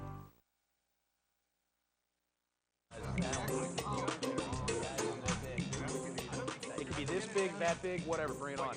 Guys live their life a little differently. And we get it. So we built Sport Clips exclusively for you. We know happiness is a big screen TV, a legendary hot steam towel, a relaxing neck and shoulder massage, and For the past 19 years, our family has been serving your family with all your packing and shipping needs. We've shipped the care packages to camp, dorm trunks to college, the party favors for the wedding, and eventually even the crib and the rocking chair. We've made color copies for your class projects, we've typeset your resume, printed your baby announcements, party invitations, graduation announcements, and wedding invitations. We have been a proud supporter of our community. From our family to yours, thanks for the opportunity to serve you through the years. Hilton Head Glidden Paint Store on New Orleans Road has been serving the island's professional and do-it-yourself painters for 25 years. Owned by Islanders David and Jeannie Harder, along with their Bluffton and Beaufort Glidden stores, they are big enough to give you competitive prices and experienced enough to save you time and money by helping you do your paint job right the first time.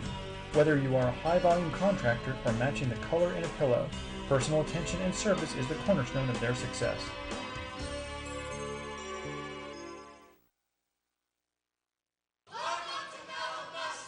Proudly serving Hilton Head for over 7 years. Whether you are looking to celebrate a special occasion, take the family out to dinner, or catch your favorite sporting team on one of our 12 televisions, Mellow Mushroom is the place to be. We offer gourmet pizzas, gigantic calzones, fresh hoagies, and crisp cold salads 7 days a week. Check out our full-service bar featuring over 100 different beers. So next time the mood strikes, tell your friends and family, meet us at the Shrew!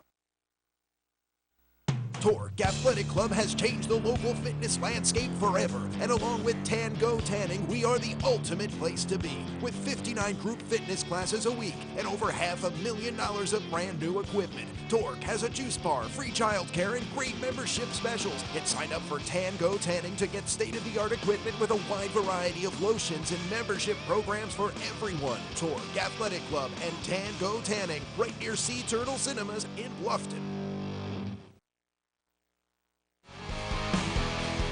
You're watching the Friday Night Football Zone on WHHI-TV, brought to you by your local McDonald's restaurant of Bluffton and Hilton Head.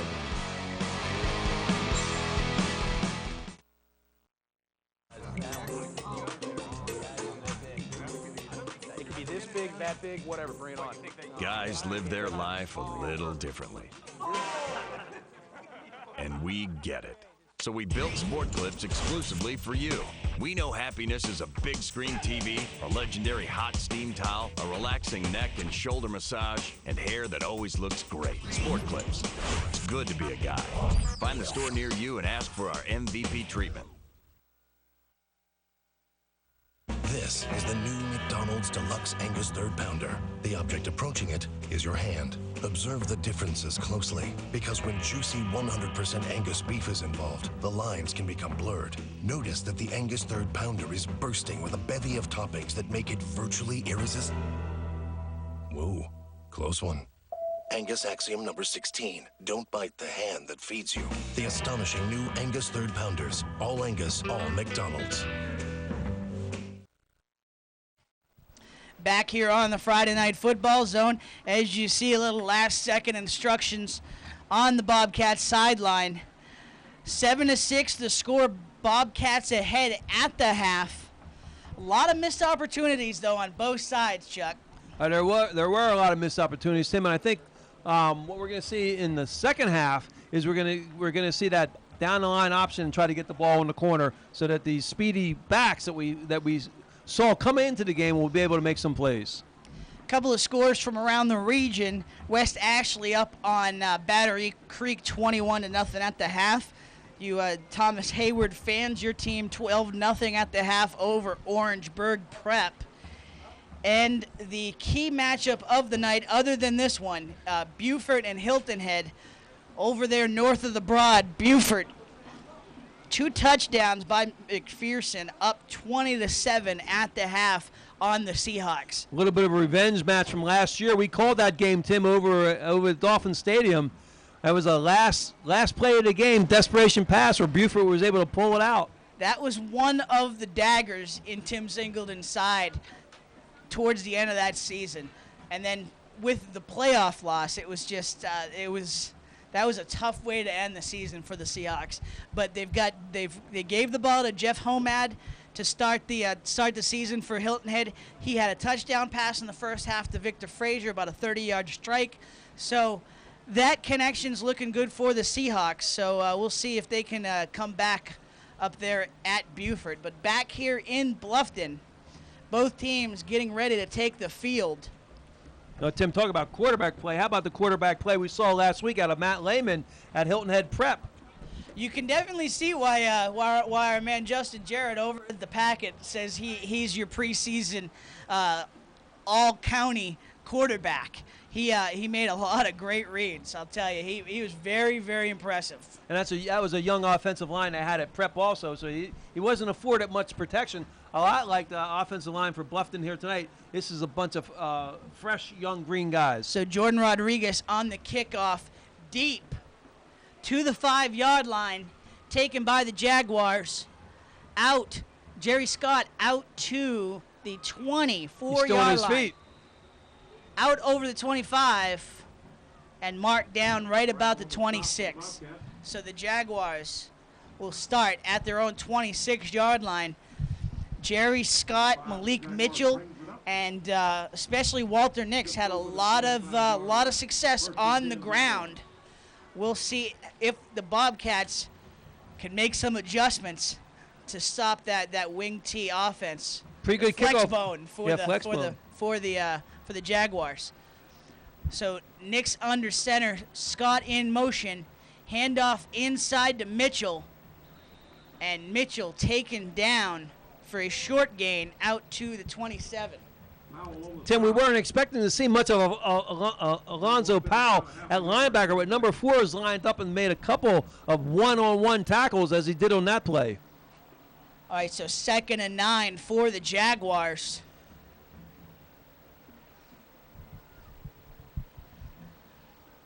Men out wide on both sides for the Jaguars, but looks like another run here. Nix pitch out, ball on the ground, still on the ground, taken by number 1, Emmanuel White. And Jimmy Tillman comes in. The junior is able to quickly pile on top of the running back as he covers up the football for a big loss. So a lot of confusion there for the Jaguars. Bobcats able to get some penetration and cause a bad look and a fumble there on the play. So 3rd and 20 for the Jaguars. Well, we got some new defensive linemen in there for the Bobcats this week. They're playing in their 4-4 alignment.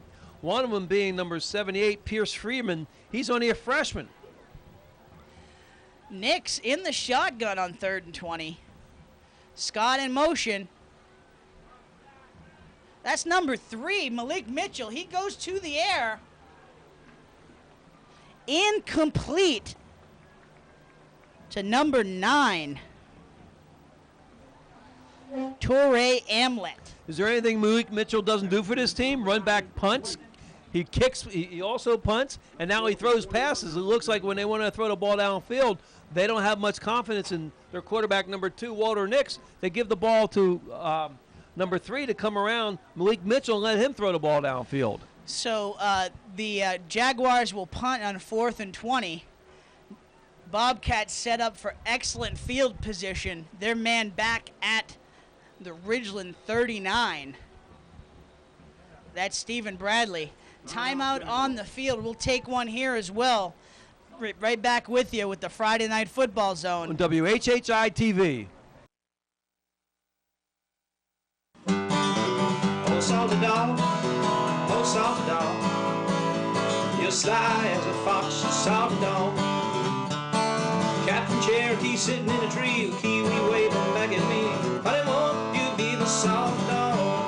Oh, salty dog, oh, salty dog, you're sly as a fox, you salty dog.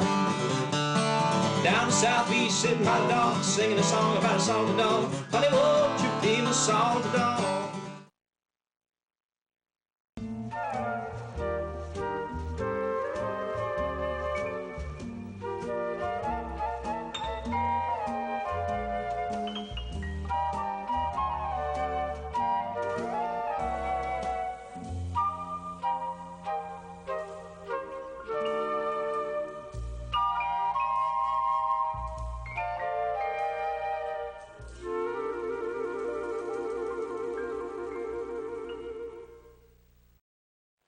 Back here on the Friday Night Football Zone, bad snap, deep end zone, out of the end zone. And that's going to be a safety. A horrible start here for the Ridgeland Jaguars. Bobcats, a great defensive stand on 3 plays, and then the Jaguars shoot themselves in the foot. Give the Bobcats 2 points on the punt. Tim, it looks like the fatigue factor is setting in here for the Jaguars. They only have 31 players they showed up with tonight. Bluffton has over 60. This is a school that, in South Carolina, as you know, they move from different categories. A 2A school has a bigger school than a 1A. The Jaguars from Ridgeland are heading down to 1A next season because of their smallness of their total student enrollment. But it's showing a little bit of fatigue. They have so many guys going both ways and running down on kicks. This is just like Groundhog Day for the Jaguars. This same tale is played out over and over last season, and now to start the 2009 season, just bad mistakes at all the wrong times, not capitalizing when they have to, and now they've just given the Bobcats 2 points to give Bluffton a 9-6 lead, and they're going to get the ball back.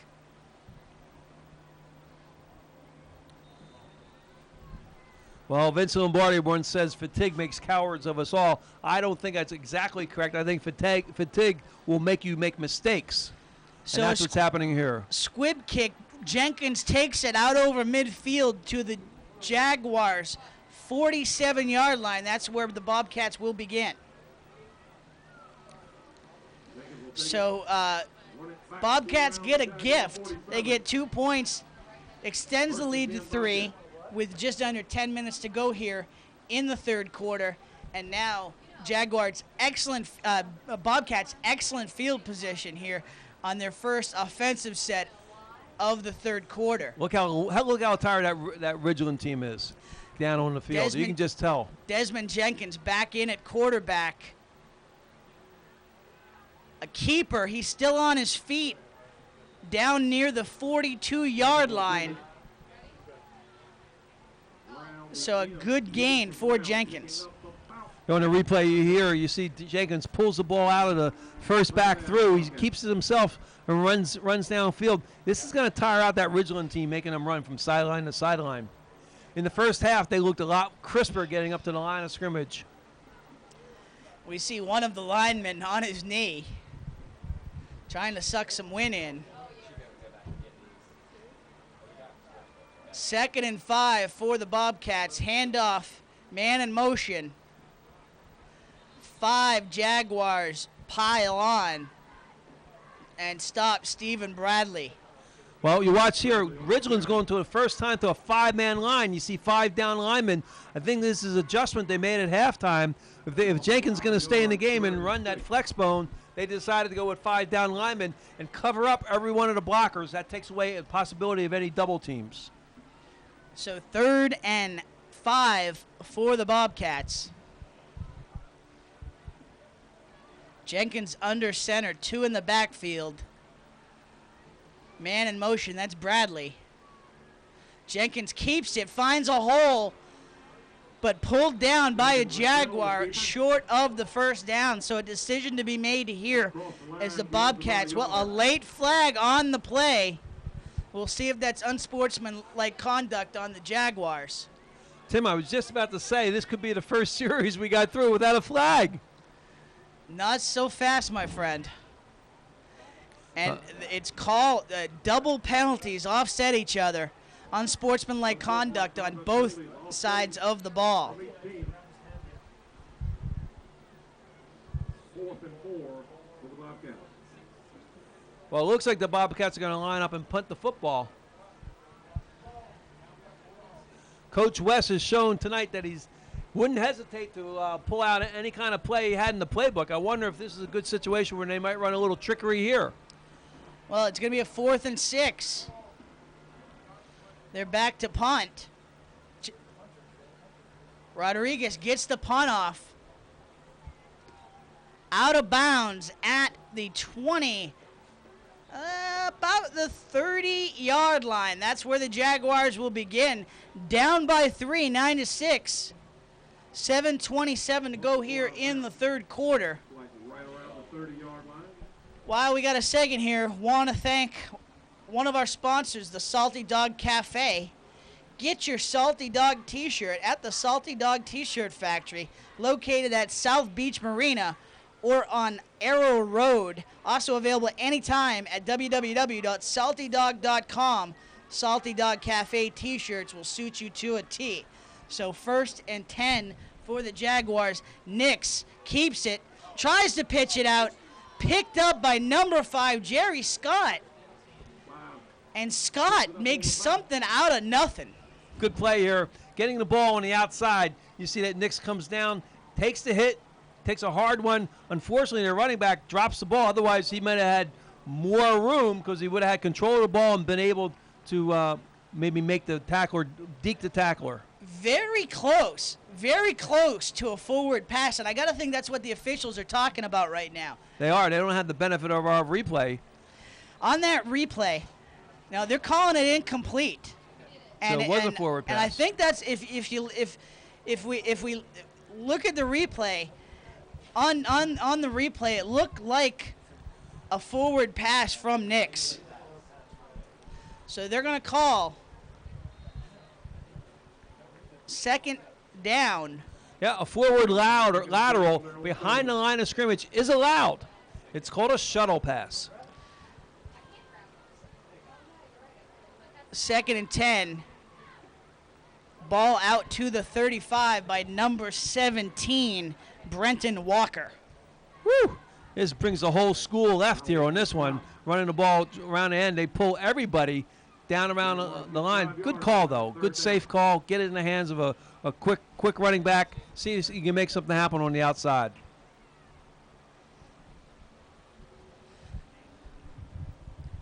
So it's going to be 3rd down and 6 for the Jaguars. Tim Wood, Chuck Zapek with you on the Friday Night Football Zone here on WHHI-TV. 9-6 Bluffton. Nix under center. Scott in motion. Pitch out to Scott. Scott's got a hole. He's still on his feet. 1st down and more. Out to the 45. Down to about the Ridgeland 46 on a 1st down for the Jaguars. Great job by Scott. Number 1, B.J. Kitty comes here, makes a strong play upfield, sheds the tackler, and just misses the ankle tackler on Scott, who breaks through his grasp, and is able to keep his balance and stumble forward for the 1st down. The junior running back has been very impressive in just working with his blockers and just waiting for the holes to develop. That was an impressive run. That's where they need to get the ball, Tim. Try to get it on the outside. So 1st and 10 for the Jaguars near midfield. Nix under center. Scott in motion. Scott on the handoff. Taken down at the 49-yard line. So number 54, Michael Grant, making the stop on this play. You'll see he takes the blocker on him, bounces him right back into the running back, and knocks him down. Good, strong play by number 54. Almost looked like Wesley Scott, the offensive lineman, looked like he bounced his own guy back too. That's a big body to bounce off of. So 2nd and 8 for the Jaguars near midfield. 4:10 to go here in the third quarter. Scott in motion. Handoff inside. Malik Mitchell. Mitchell over midfield. Going to be short of the first down. That's number 1, Emmanuel White. Yeah, this is on an the inside carry. trap here. You see the wing back coming in from the outside, running from right to left. He takes the inside handoff. Just didn't follow his blocker quite around the corner there. 71 had a lead for him to go outside. He chose inside. Got some positive yards, but maybe not as much as he could have gotten. So 3rd and 4 for the Jaguars. They're over midfield at the Bluffton 49. Man in motion. Fumble on the play. Ball down. Let's see who came up with it. 53. So the Jaguars recover their own fumble, but it's going to be short of the first down. 4th and about 5. That was Damon Gatzman, one of the players going both ways. The junior O-lineman able to recover that fumble. So they're going for it, They Tim. are going for it. Nix under center. Scott out to the left. Walker out right. Scott in motion. They get a jump. Flag down on the play. Both sides are pointing at each other. Let's see what the officials arbitrate here. Little stagger count by the quarterback. Drew the defensive end for the Bobcats off sides. Tim, I think that's going to be just enough for a first down. I might have to measure.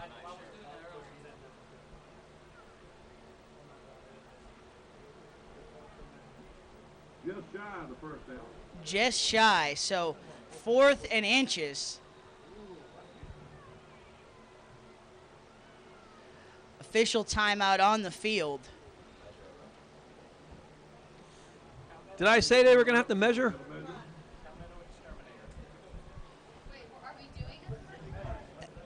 And they will look for the measurement.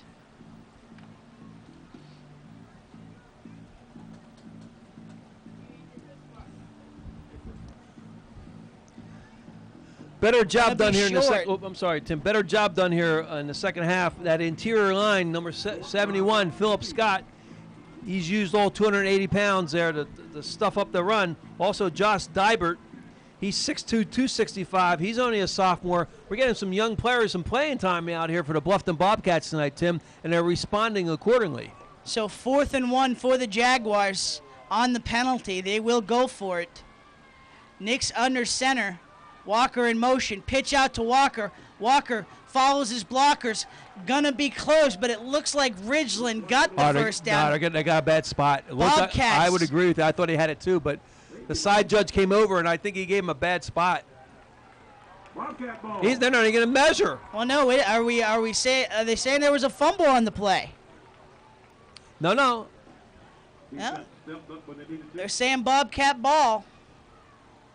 So Bobcats will take over at the 45-yard line. Boy, was that a break for Bluffton. Watch here. I think he has enough for the first down, but he gets pulled back, and they get a real bad spot. But no fumble there. I don't know how they made that call so quick, but they did, and Bobcats will take over. Handoff inside to Zach Frazier. Frazier gets out to midfield, but a flag on the play. Yeah, a little mix-up in the backfield between the quarterback and Frazier. You can just see that he's not had as much time on the field as Desmond Jenkins at the quarterback position. He's just going to have to make up for it with his athleticism and be able to outrun everybody. So ball backs up. Bobcats backed up to their own 40. Repeat, first down. 2:34 to go here in the third quarter. Number 76, Chris Tillison's moved out to right offensive tackle. He played center earlier this year. They were one of the changes that they had in tonight's lineup. 1st and 15 for the Bobcats. Jenkins in there again. Smith in the backfield. Bradley in motion. Handoff inside. That's Zach Frazier. He's taken down at about the 41-yard line About 2 yards. for a short gainer. Second and 13. Well, you see here a little misdirection once again with the inside handoff to the wingback coming through. Too bad he just missed the block on the outside of his offensive tackle. Otherwise, he might have had a bigger gain than that. So Bobcats to the line on 2nd and 13 at their own 42, up 3, looking to add on. Jenkins in the backfield. Jenkins going to keep it. Fakes the pass, runs, nowhere to go as he's out to the 45, but that's going to be it. Nice little spin move there at the end. Did you see how he made the tackler miss? Got a couple extra yards there. Like a whirling dervish. So 3rd and 10. Watch a little spin move here. Makes the tackler miss. Keeps his balance, hand on the ground, but the second tackler comes in behind and is able to So rope him down. Under a minute to go here in the quarter. Only score of the quarter, a safety, giving Bluffton a 9-6 lead. Jenkins under center, looking to pass. Oh, wow. And he is taken down. Fumble. A great read by number 52, Randy Grayson. As Jenkins is down, it looks like he just was trying to move it forward. Grayson falls on the fumble to save field position for the Bobcats. Well, Tim, that's one of the big 6'4" defensive ends we were talking about. Wesley Scott, he's only a sophomore, 6'4", 245. He comes in, uses his side and speed to break through and sack the quarterback. 4th and 25, Rodriguez back to punt. Gets it on a short hop, gets the kickoff over midfield. Taken on the fly by Scott. Gets it off down around the 40. At around the 40-yard line. Well, that's the end of the 3rd quarter. Bluffton up by 3, 9-6. We'll be back for the 4th quarter here on the Friday Night Football Zone. WHHI-TV. H&H Auto Service is the home of the free inspection. H&H has been voted #1 on Hilton Head Island and Small Business of the Year. H&H provides quality service for alignments, preventative and routine maintenance, and much more. Looking for an affordable car? H&H Auto is your full-service dealer. All pre-owned cars are certified and come with a warranty. Everybody rides at H&H Auto because they finance in-house. Whether your car needs to look its best, run its best, or if you just need a new one, count on H&H to get you where you need to go. Welcome to the Blind Pig Saloon. Come in and enjoy an upscale American bar featuring the best in local and regional live music, dancing, 2 full bars, billiards lounge, and the best bar food in Bluffton. So whether you're coming in to hang out and have a beer, or you're ready for a night out on the town, come in and see what all the buzz is about at the Blind Pig Saloon.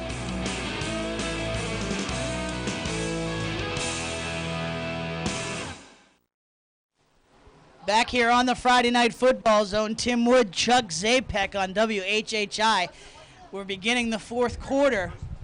Jaguars will have the ball at their 45 to begin the 4th.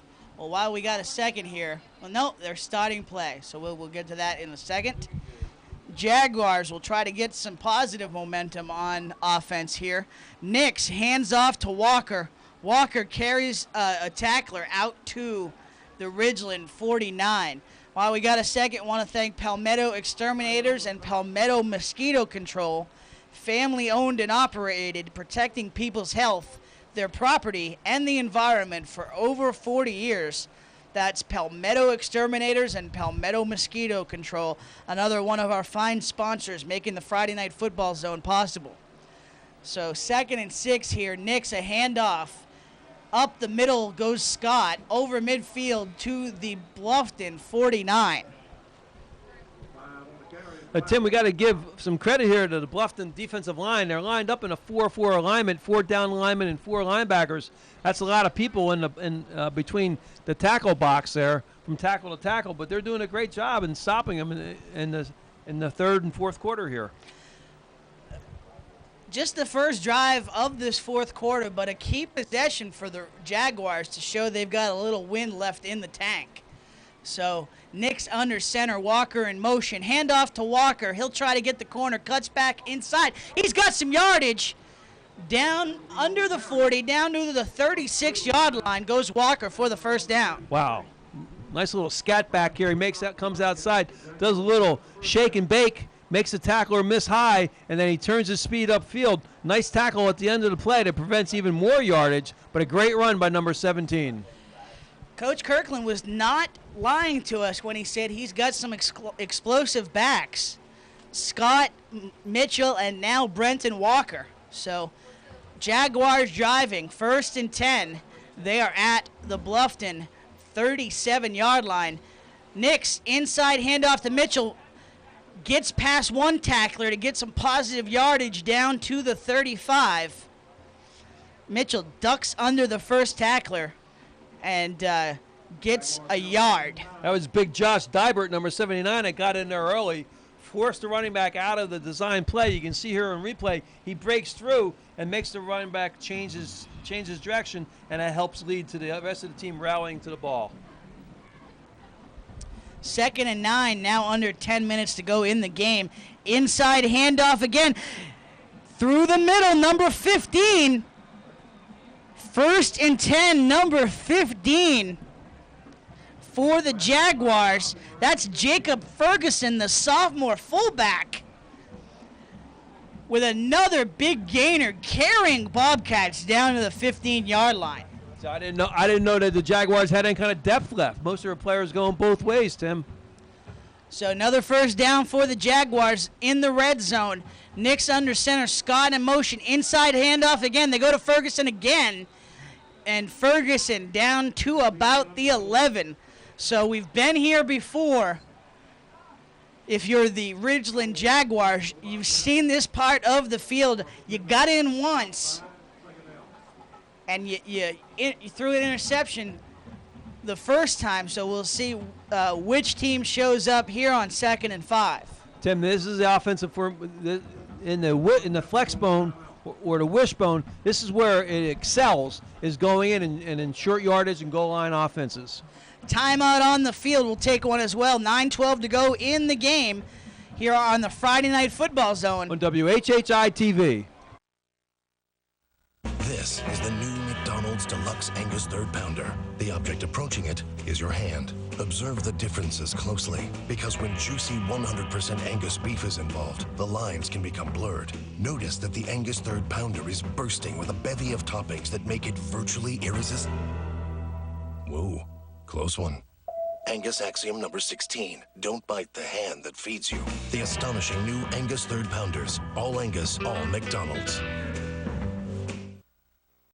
Back here on the Friday Night Football Zone, as you see the Bluffton coaches talking to their players.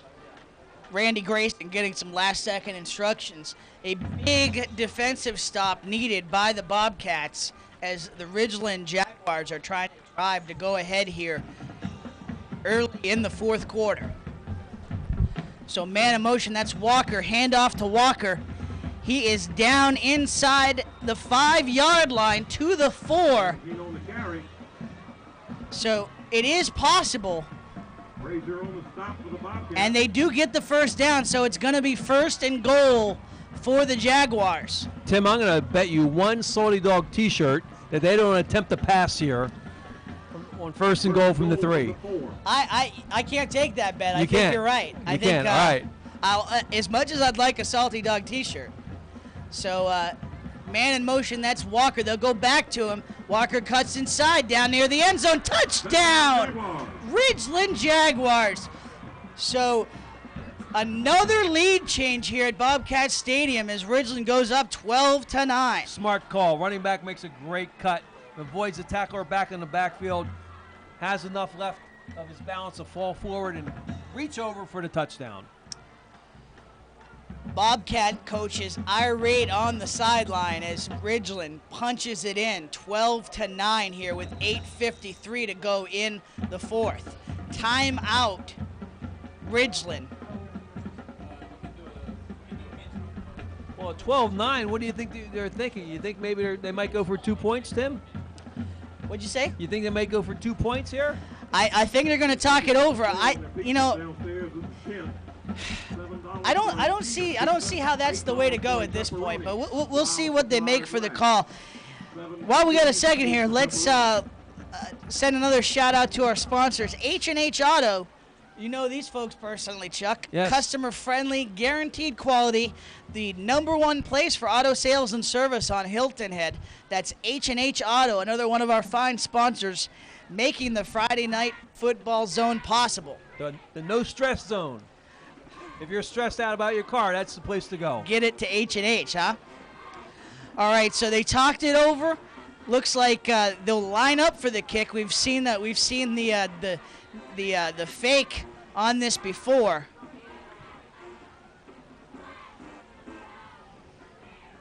Hold down, kick up, high enough, and it is through. So Ridgeland goes ahead 13-9, 8:53 to go here in the game. Stay with us. We got a good one here on the Friday Night Football Zone. On WHHI-TV. Oh, salty dog, oh, salty dog, you're sly as a fox, you salty dog. Captain Cherokee sitting in a tree, with Kiwi waving back at me. Honey, won't you be the salty dog? Oh, salty dog, oh, salty dog, you're sly as a fox, you salty dog. Down the South Beach, sitting by the dog, singing a song about a salty dog. Honey, won't you be my salty dog? Back here on the Friday Night Football Zone, Tim Wood, Chuck Zapek. We got a great game here. Big extra point for Ridgeland as they make it a 4-point game, 13-9. So the Bobcats will have to answer with a score. It's going to have to be a 6-point score, too. 3 points won't do it. Bobcats have some yardage on the kickoff. That's Desmond Jenkins. He's got one man to beat. Taken down by number 9, Torrey Emlet. So a big play as Jenkins gets it over midfield. Almost a kickoff return for a touchdown. Is there anything they haven't asked Desmond Jenkins to do tonight? Return punts, play quarterback, return kickoffs? And he's done it all, that's for sure. Look at this run here. What speed he has. He's just able to run out the whole team except for number 9. The last tackler from Ridgeland was able to come in and make the stop. Exactly what you did not want to see if you were the Ridgeland Jaguars. They give the Bobcats excellent field position to start the potential go-ahead drive as the Bobcats will start on their 40. Geez, what do? You give Jenkins a little blow here? I'm not sure what play I would call, but I don't think I call his number again. He just ran about 80 yards, Tim. He has done it all here tonight for the Bobcats, for sure. Well, Jenkins is under center. He took over after the first series for Ryan Combs and has been in there ever since. Jenkins under center, 2 in the backfield.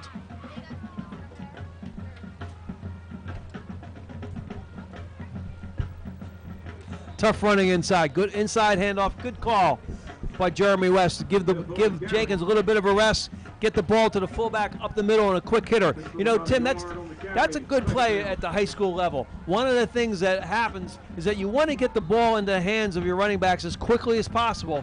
At the high school level, the offensive linemen tend not to hold their blocks as long as they do at the pro or college level. So you want to get them close to the line of scrimmage, get the ball in their hands, and get some positive yardage. 2nd and 9 for the Bobcats. Jenkins, handoff inside to Timmy Smith. Smith stopped on a short gainer. Down inside the 20, inside the 30, but a flag on the play. A hold by the Bobcats. Well, I think everybody saw that call up here, Tim, and on TV. It's going to back up the Bobcats by 10 yards. I'm not so sure that Ridgeland's going to take it. They might refuse it. Normally, you would you wouldn't pass up a 10-yard penalty. But if they do, that's going to force the play calling of the Bobcats to go to something else that's going to require Desmond to have the ball in his hands. So the ball backs up for the Bobcats.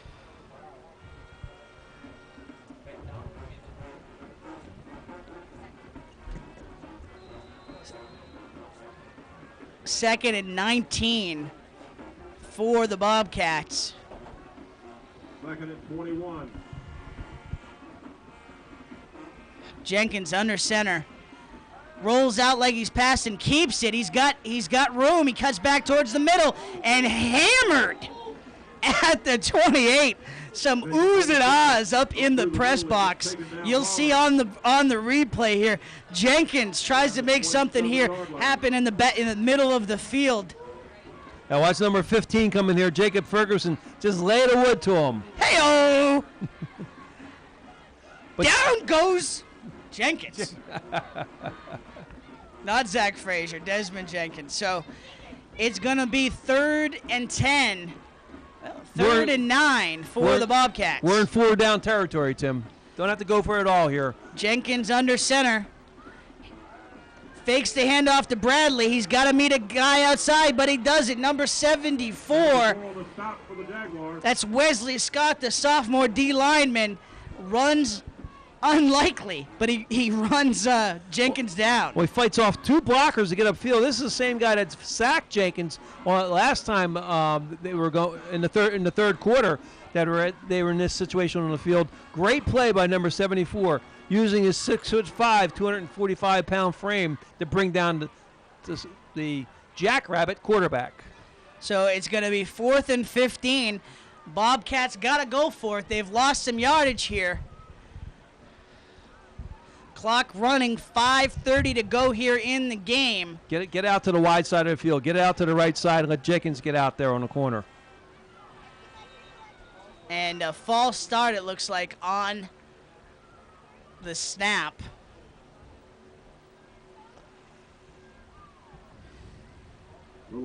Indeed. So that will move back the Bobcats 5 more yards. Bobcats another 5 yards.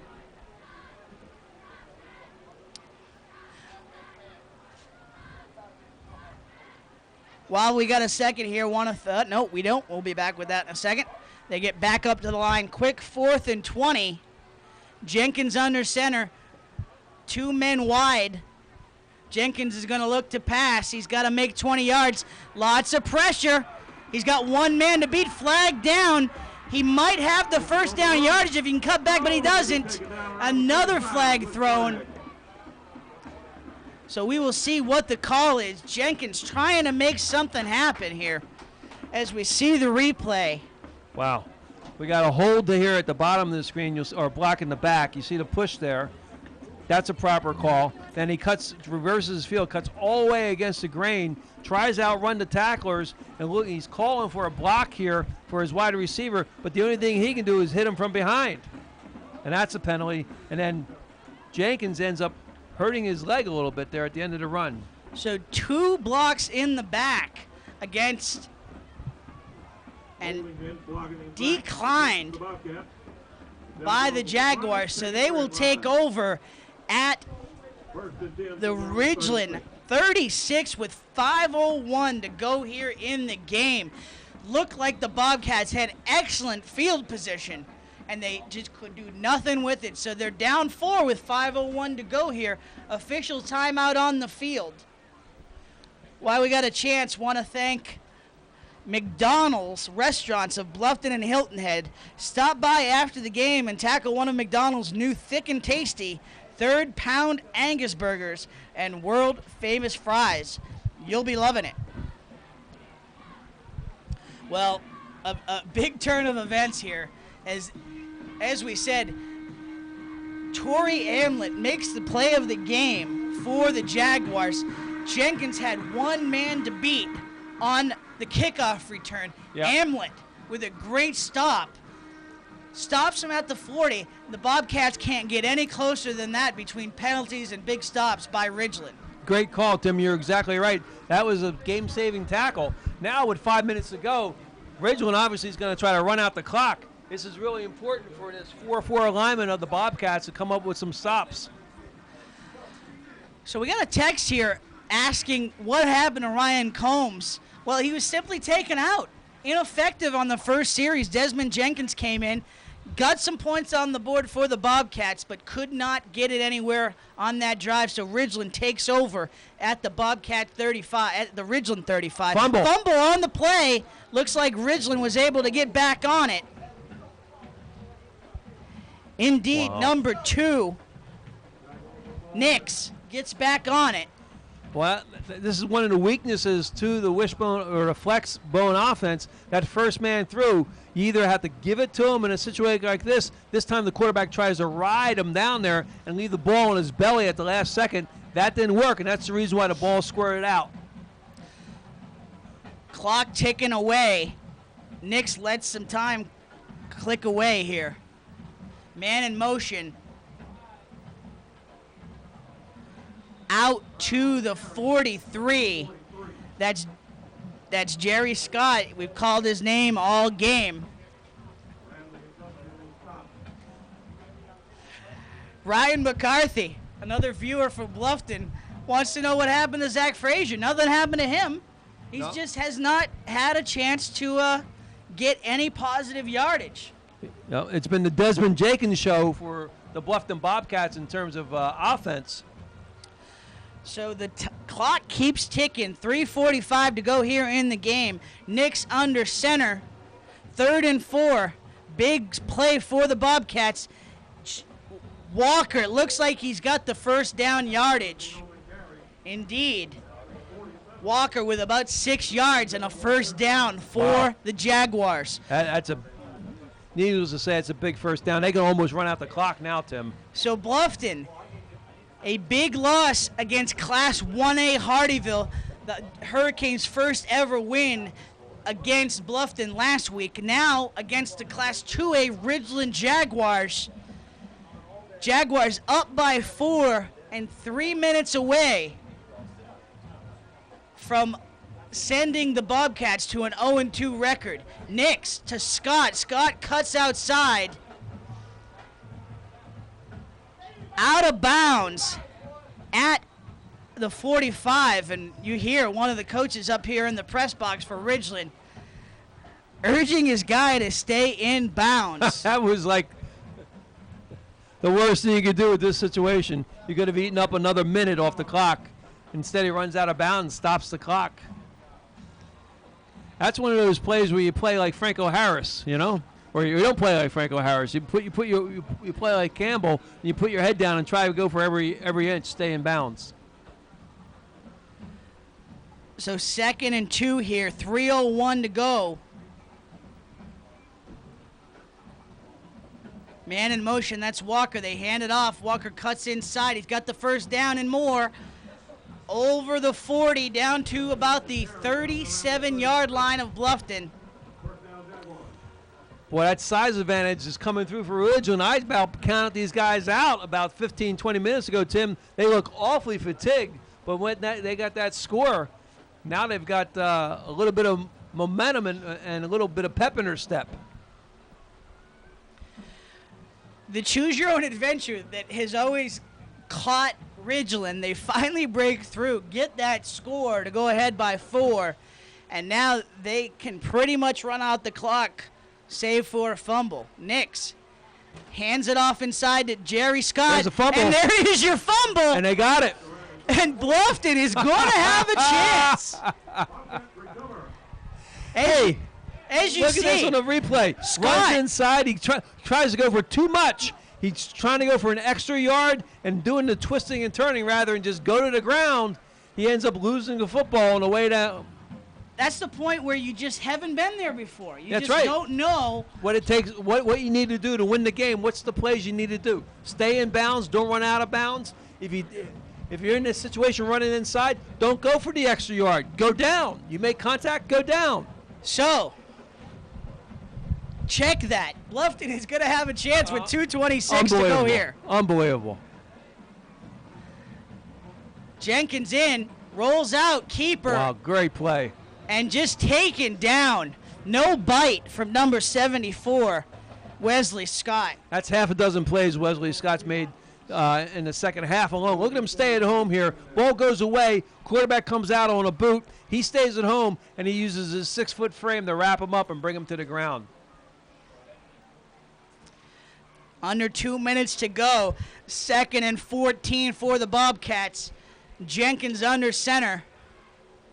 He's going to try to go to the air. Rolls out. Little pitch to Zach Frazier. Frazier's close to a first down. Out over the 45-yard line. And it looks like Frazier's got the first down. Now, I want to tell you, this is athleticism. Watch the quarterback here. He scrambles. He's got 3 guys after him, and he just kind of throws a little dart like you're standing in a bar and throwing at a dartboard. Just kind of pokes it downfield. And then you've been asking what's been happening to this man all night, number 23. You just got your answer. There's your answer, Ryan McCarthy. Zach Frazier with the big gainer. 1st and 10 at the Bluffton 45. 1:30 to go in the game. Fumble. Jenkins picks it up. Gets away from a tackler out to the 45. Oh, he right puts near a lip on the midfield. halfback. But just to get any positive yardage out of that. And get out of bounds. And he got out of bounds, absolutely. So clock stops with 1:24 to go here in the 4th. He takes a little bit of hit here on the sidelines, but he's willing to go back in. Last week we saw the fumble Ruski run by the Hilton Head Prep for a first down. This time we have the spinning fumble Ruski run by Desmond Jenkins from the quarterback position. So 1:24 to go in the game. Bobcats out near midfield. 2nd and 6. Timeout Ridgeland. They'll talk it over. We're going to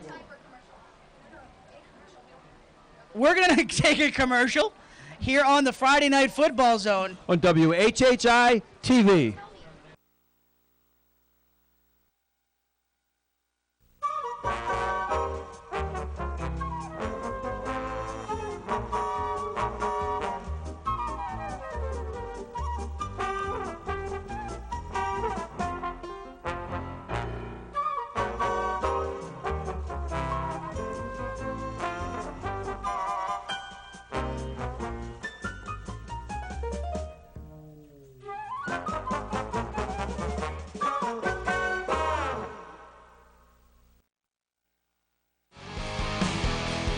You're watching the Friday Night Football Zone on WHHI-TV, brought to you by your local McDonald's restaurant of Bluffton and Hilton Head.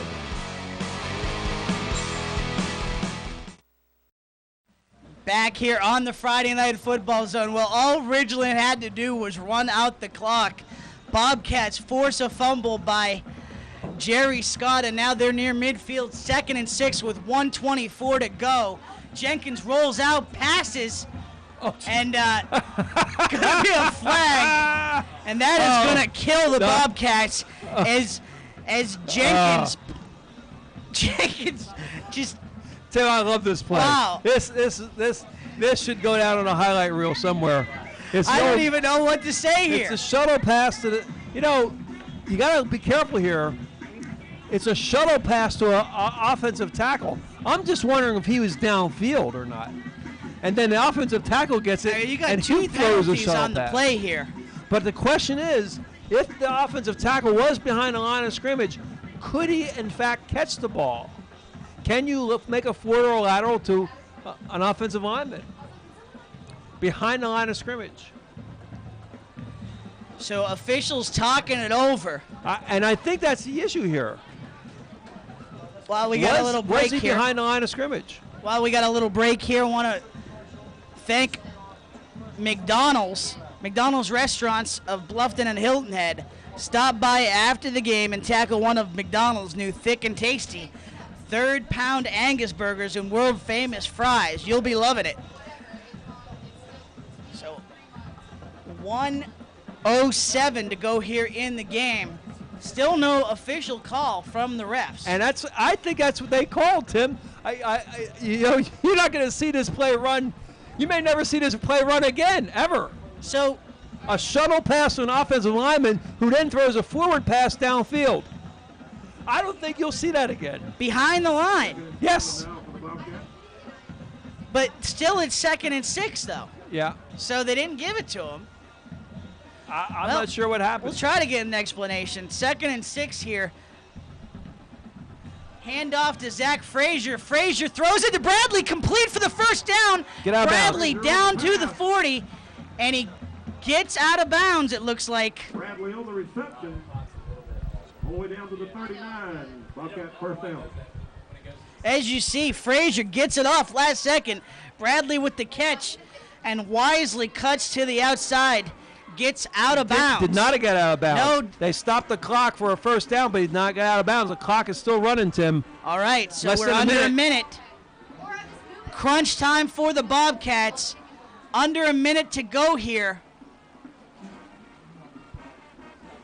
Clock stopped with 52.9 seconds to go. Officials talking it over.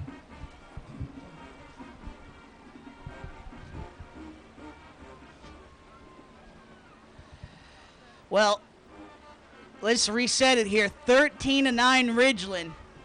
Ridgeland drove, got the ball in the end zone to go up by 4.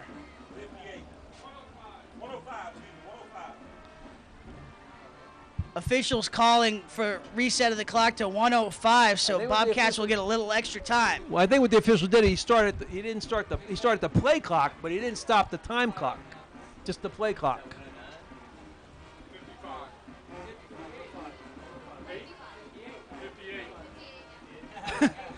So we're at a swap meet here as everybody's calling out numbers. 58 seconds to go. We'll go with 58. 58 is a winner. Bingo. B58. Down to the 39-yard line. 1st and 10. Jenkins under. Oh, Combs in at quarterback. And complete to the 35. They better line up in a hurry. Kill the clock. So we see Ryan Combs back in at quarterback, complete to Zach Frazier. Clock still running, down under 40 seconds. Combs in at quarterback. 2nd down. Combs scrambles, goes to the air. He has it complete. Fumbled. An incomplete pass. And they call it incomplete. Jordan Rodriguez. I don't know, Chuck. Looked like he had possession. Let's see it on the replay here. Nice throw by Combs. Hits him right in the numbers. No. Good call by the official as Rodriguez heard footsteps and incomplete. So 3rd and 5. You got to get to his pads. That's too bad. 29 seconds to go here in the game. Ryan Combs back in at quarterback because at this point they need to go to the air. Combs drops back, and he is sacked by number 74. We've been calling it all night. Wesley Scott, the sophomore. Timeout on the field by Bluffton. 21.4 seconds to go. It's going to be 4th and forever for the Bobcats. Trying anything now to get in the end zone and even the record at 1-1. A chance that they probably shouldn't even have had, Chuck. Absolutely, Tim. It was a little more than 3 minutes left in the game. It looked like all Ridgeland had to do was basically just run the ball and fall down in bounds, and they couldn't do it. They had one runner run out of bounds, and they had another runner not go down on first contact, try to get an extra yard, and fumble the ball. So offensive coordinator Mike Mercer talking it over with the Bobcats as they will have 4th down and 15, it looks like. 21.4 seconds to go in the game. Bobcats down by 4. 0-1 already, trying to fight off an 0-2 start to the season. Well, they're down to their last play. It looks like Tim Philip Scott, number 71, comes up over the ball, and Ryan Combs is behind him. Combs under center, passes it. Incomplete to Zach Frazier. Frazier, I don't know if he had the first down yardage, even if he'd caught it. It was very close. But that's going to do it. You can start celebrating over there on the far sidelines. Ridgeland Jaguars have pulled off a victory here at Bobcat Stadium tonight. You know, we were wondering if the Jaguars were going to look at that score by Hardyville, that they're able to knock off Bluffton and get ahead of themselves. But they've played a very controlled game, save for that fumble by Scott.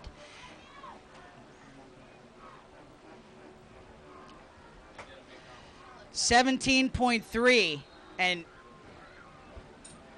he takes a knee. And that is going to do it here from Bobcats Stadium.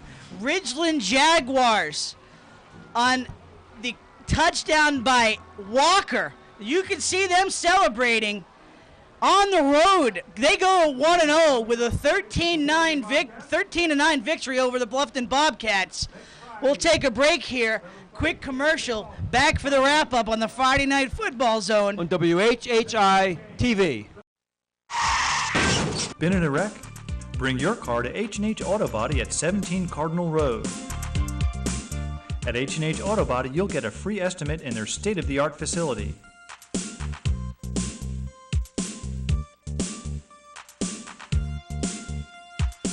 No matter the damage, the great team at H&H Auto Body will have your car looking great and back on the road in no time.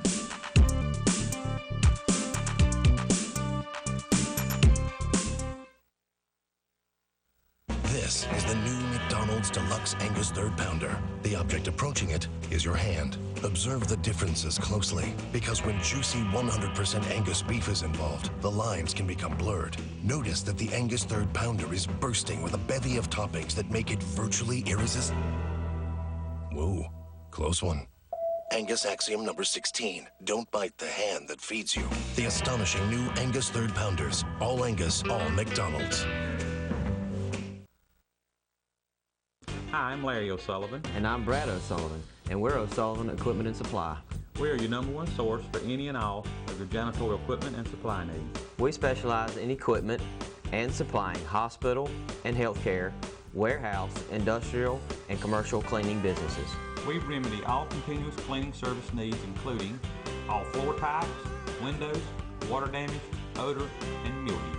For the absolute best prices on equipment and supplies anywhere, please contact Larry or Brad O'Sullivan. We will save you money and time.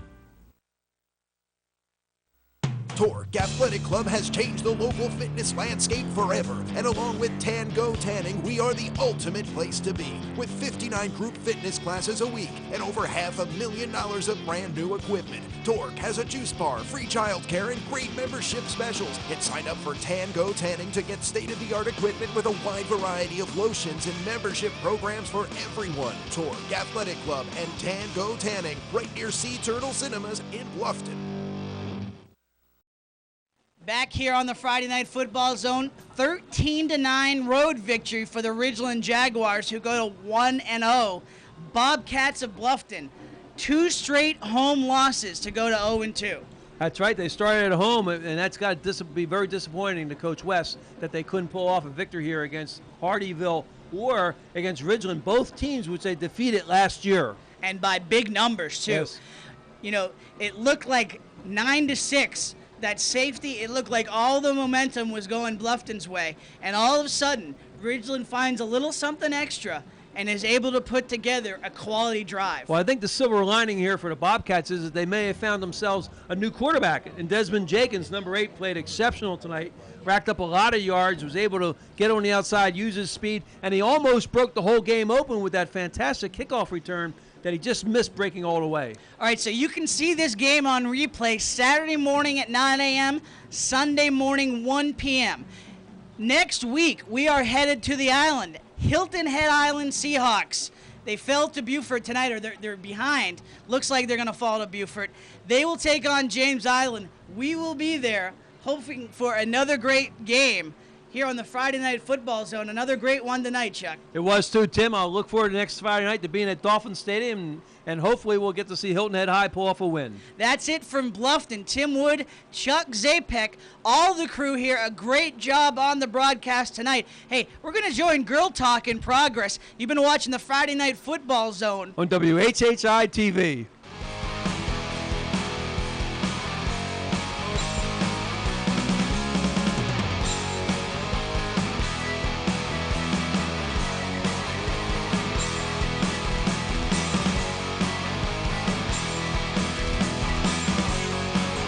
Broadcasting live, it's the Friday Night Football Zone, brought to you by your local McDonald's of Bluffton and Hilton Head, only on WHHI-TV.